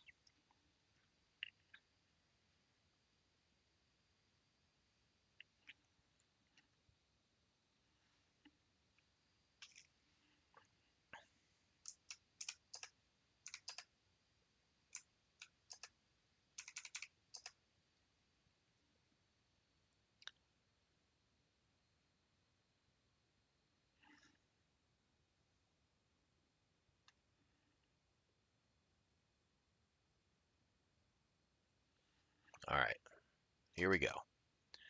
Gotta break down the door. Now we deal with the orcs.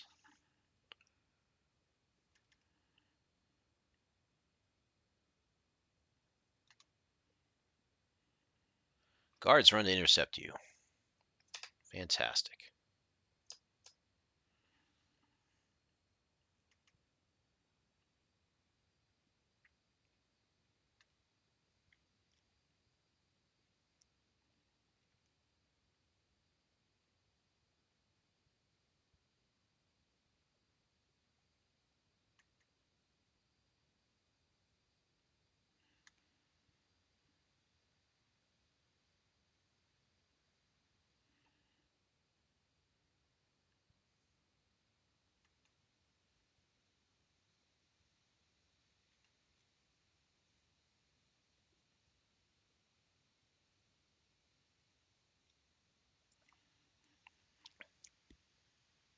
All right. They're all stacked up nicely here. I think we're going to use our spell.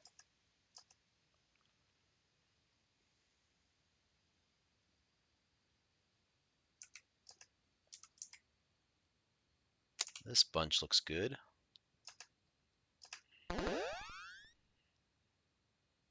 That'll be 8 of them.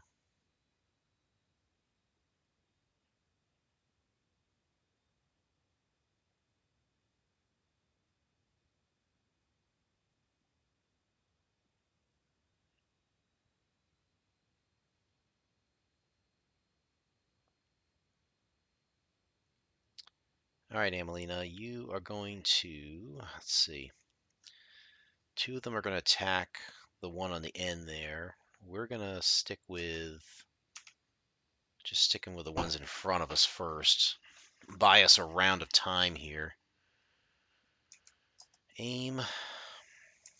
Can you hit the orc leaders from here? Probably not, right? Yes, you can. Nice. There goes one. That's handy. And you can take out an orc leader like that. There's less arrows coming in, raining in down at you. So take that every day. Wait for them to go through their rounds. All right, good. So now you are going to, whoops, you're not going to do that either. You're going to view your items. Ready, off the bow, shield on, broadsword +1.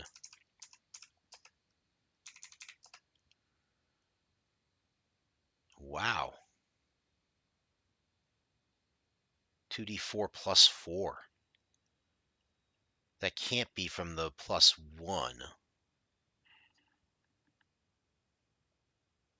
That's got to be a strength bonus.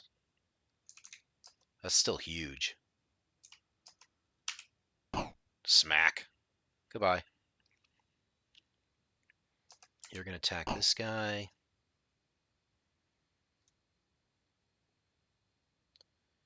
They're going to wait their turn.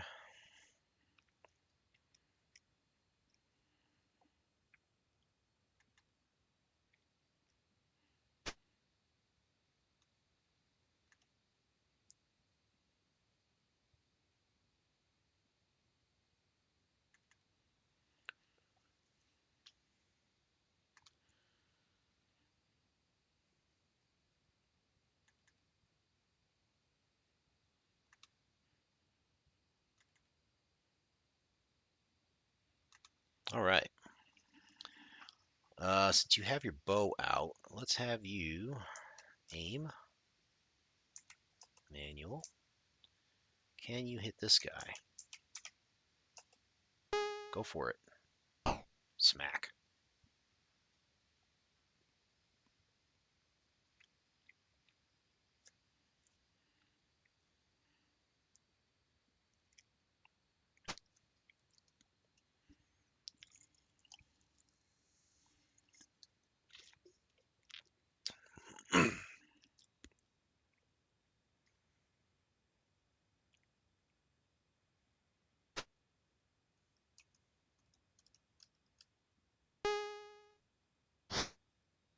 Yeah, sure. Hit the guy.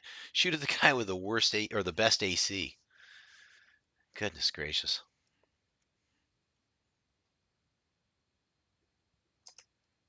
Go ahead, hit that guy. Let's let them come in.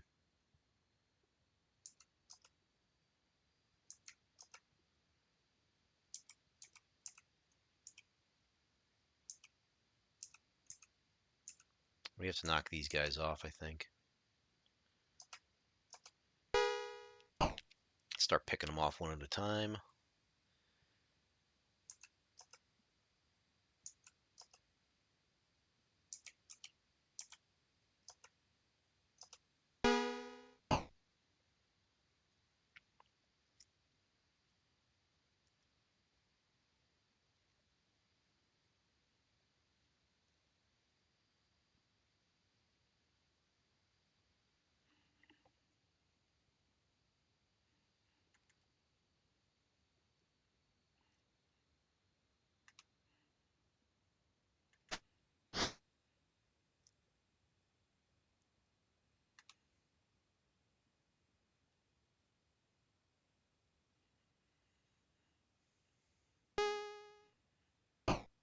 Oh, how did you hit a -1 AC?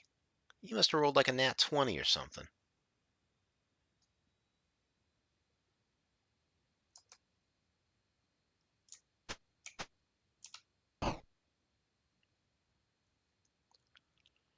Go ahead, you can start tanking them. We'll set up another sleep spell coming up. Once they move in position. There we go. Lengthy battle.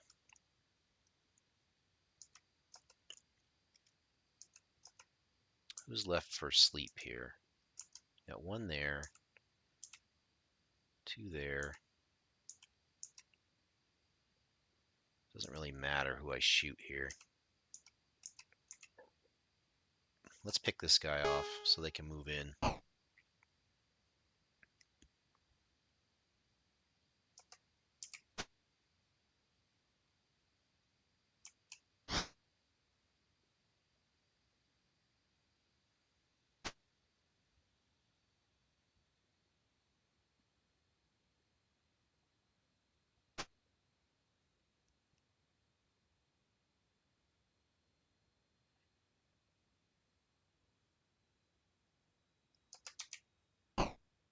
Nice, Amelina.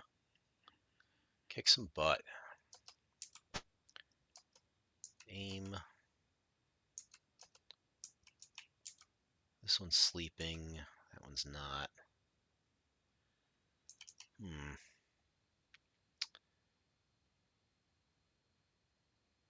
They're all going to fall in line here at some point.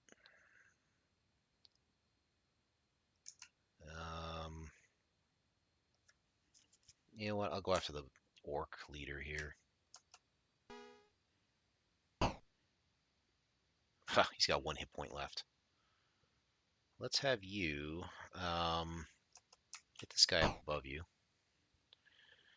Take care, Foxfire. Thanks for joining me tonight. It was fun talking to you and Nalkara tonight. I had a lot of fun talking about all sorts of different stuff. So I'll talk to you hopefully tomorrow night.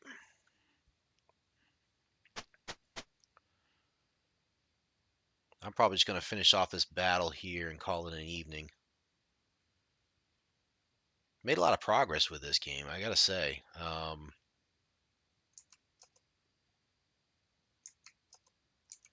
sleeping one still there? Yeah. Go ahead, take him out. At some point, I have to cast a spell here.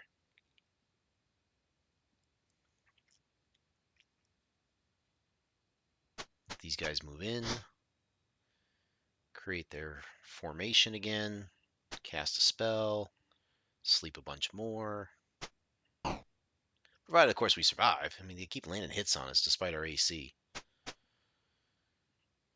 Go ahead, keep moving up. A big wall of orcs here.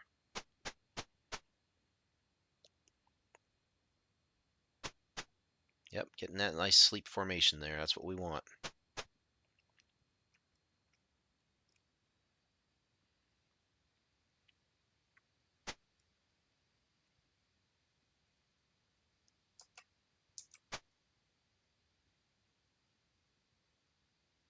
You can actually go here without any problem. And then we can do... Cast?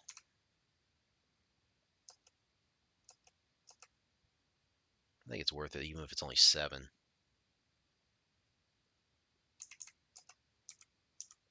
Although we do get 8 right here. That's good. Hit it. And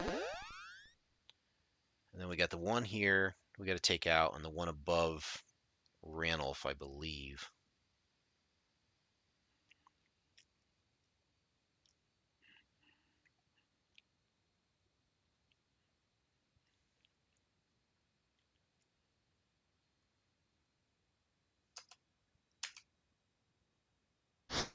Evandal, come on, man.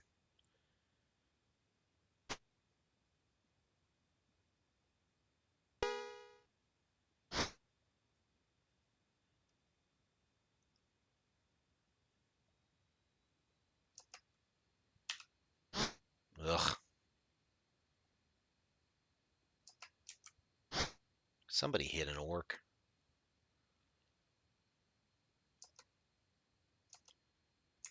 Aim. I want to hit that leader and get him out of there fast. There we go. Now we can focus on these other guys that are near us. This guy first, because Randolph's in danger.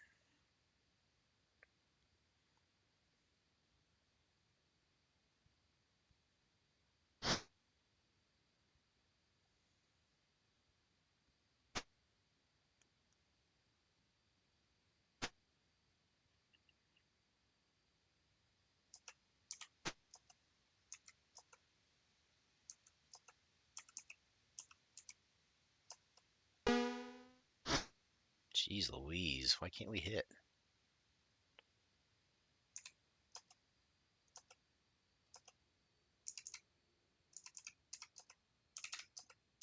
Let's give him another target, shall we?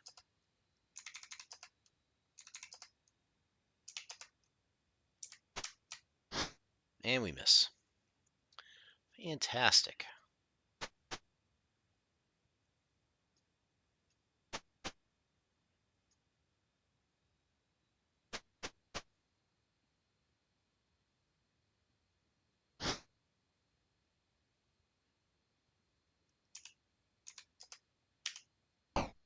Good, there goes one.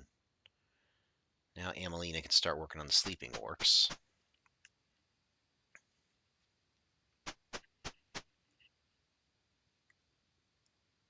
They're stacking up nicely here. I like it.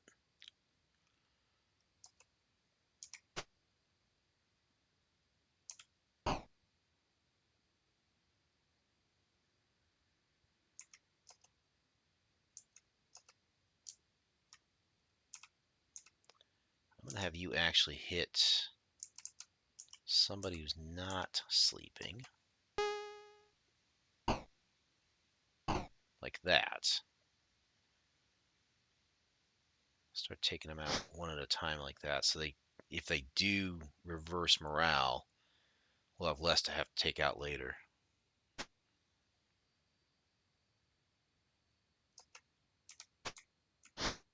Can't get that one guy.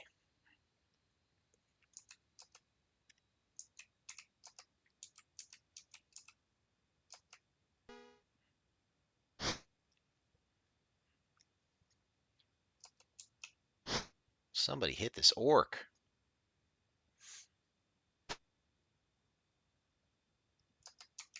There we go.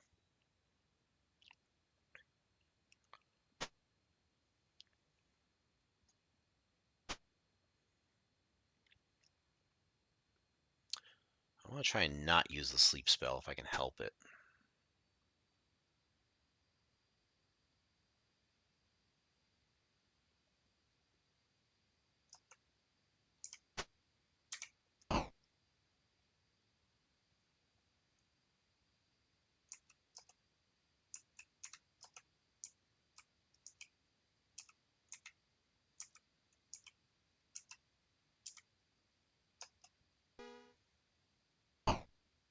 There we go. Just keep picking them off with arrows.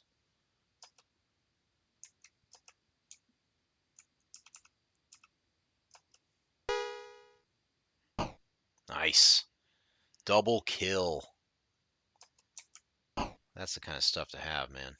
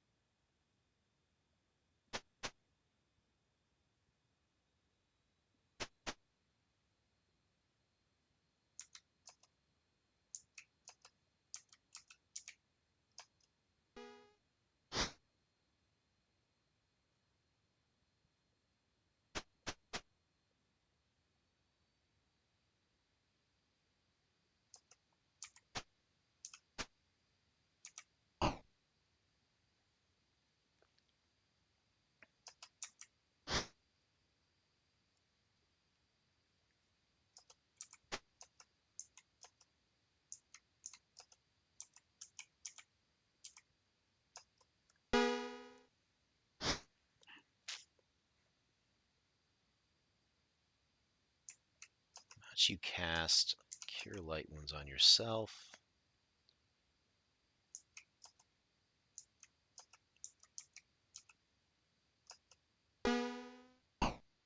Nice.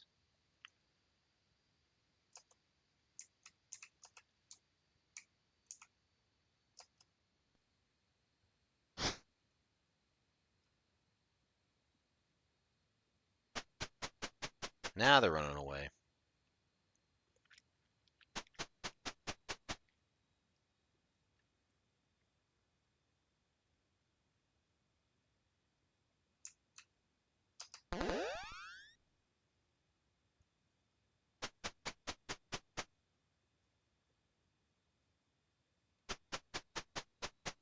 There's 4 up there.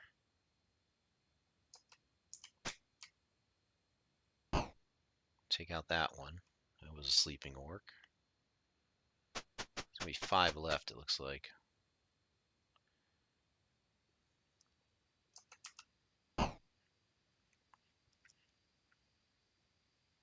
Oh, maybe not.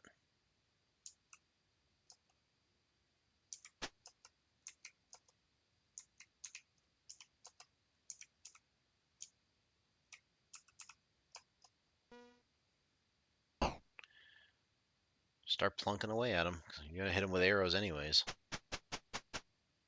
Yeah, you ain't going anywhere, pal. Definitely not going anywhere.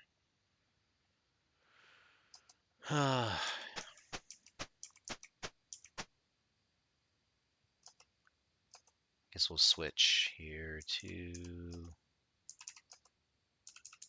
longbow.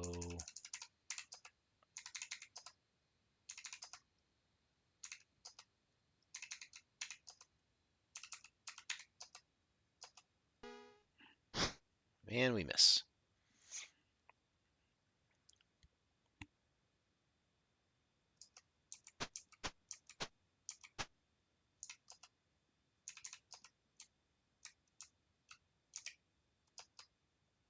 What?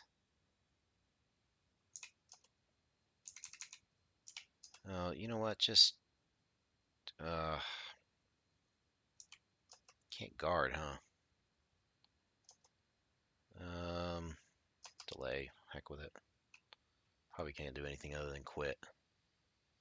They're just so far away right now.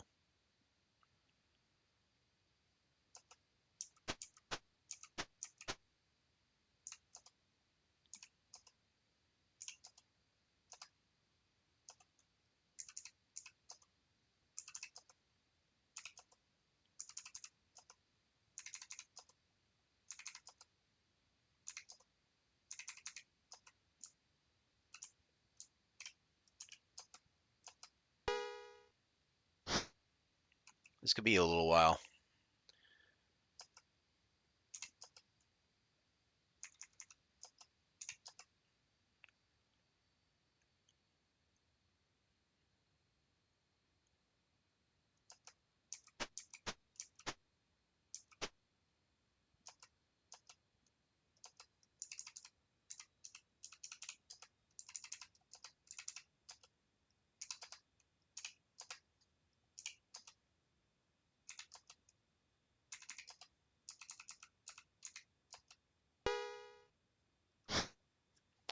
Yeah, this could be a while if these guys could ever learn how to roll above a 2. You're just gonna guard. Wish they would just surrender.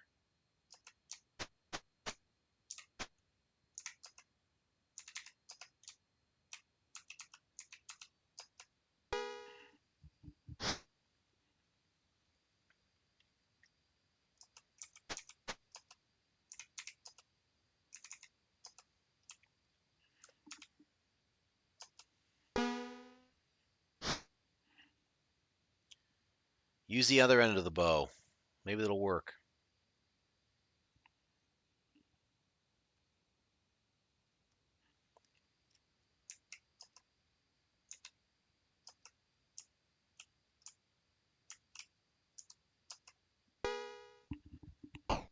There we go.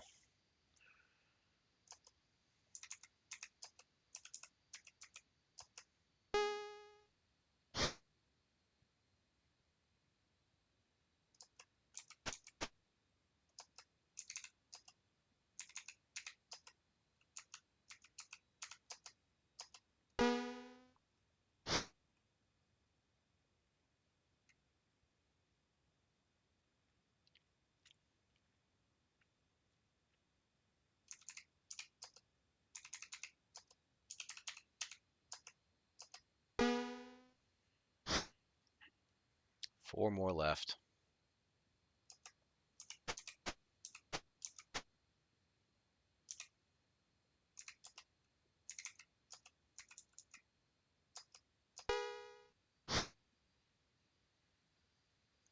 Pathetic.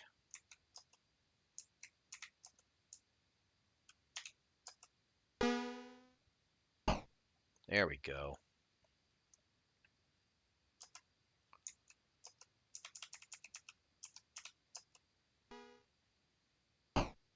Nice, double kill.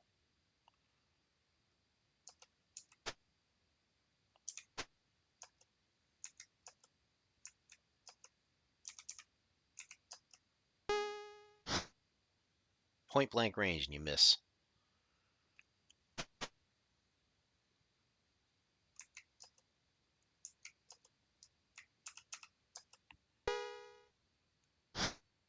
Oh, this is painful.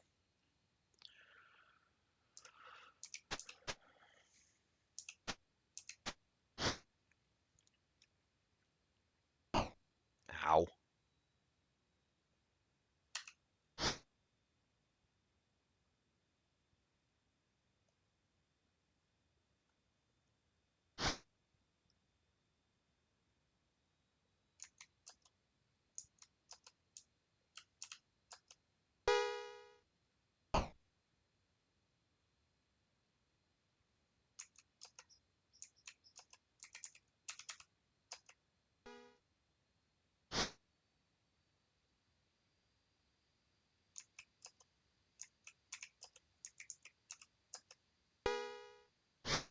Come on.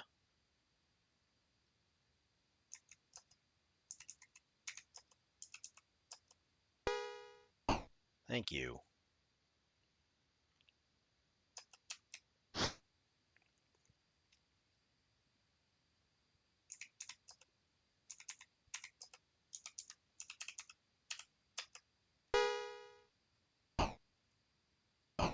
There we go. Okay. We shall not continue this battle.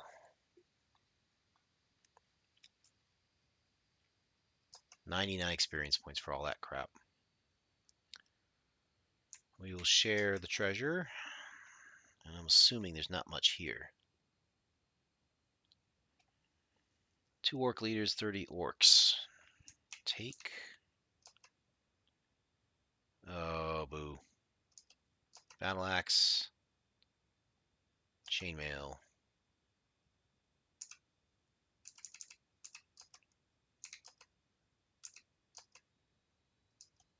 Take the arrows. Take the longbow. I'm just going to take everything, I guess. I got a feeling that none of this is magical, but that's fine. We just wanted to get through that battle at least.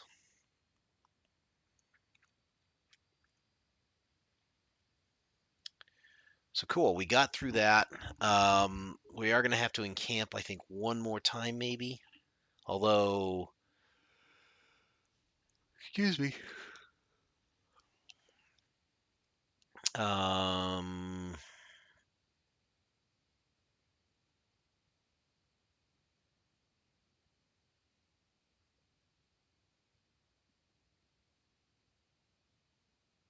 Let's see. The next room is supposed to have the orc monster leaders, I think. So that's supposed to be the room that's right up the hall to the right here. So what I'm going to do here is just do a snapshot save of this. I don't think we have a lot of spells here, do we? We might. 8 points of healing for Emelina.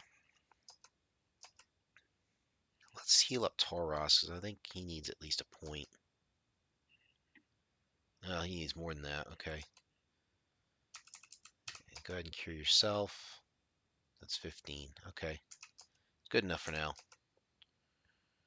I think Ranulf has used his cast, I think. So he might be out.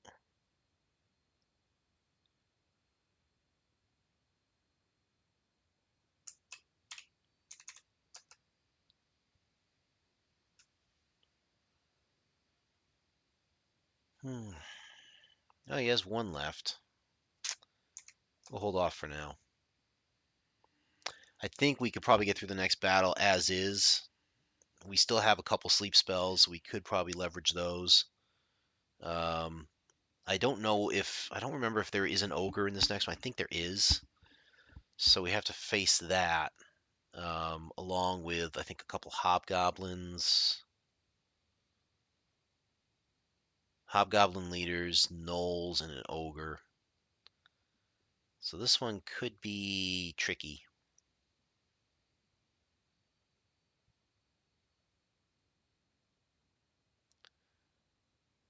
But the good news is that we've cleared most of the slums now.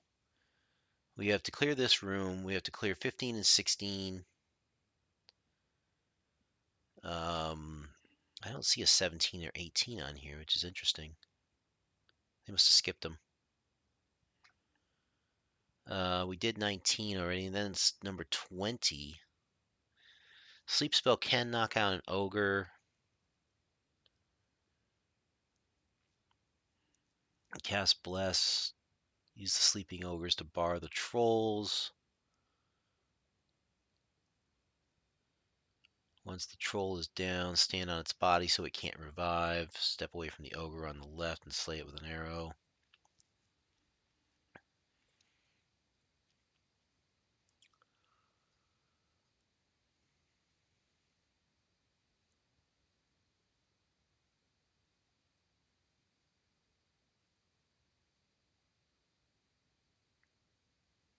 Yeah.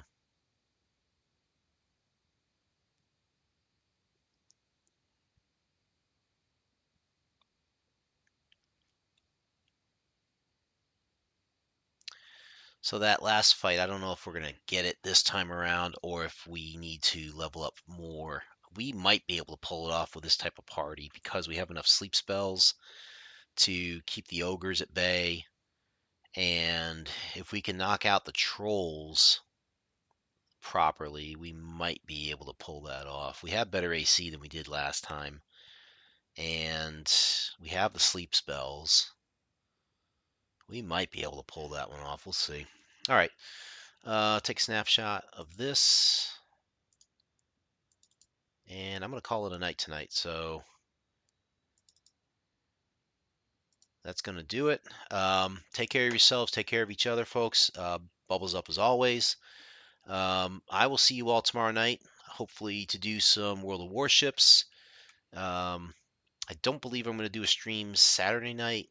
If I manage to do an impromptu stream, great. If not, I might. I have so many other projects I need to kind of take care of at this point. So it's kind of tough for me to throw in extra streams at this rate. Either way, I will probably see you all tomorrow night, and then maybe Sunday night for Haley Project. Monday night, looking at Adventure for the Atari 2600. So should be some good fun stuff coming up. Until then, 21st Century Jedi signing off. Have yourselves a good evening and take care. I'll see you tomorrow night.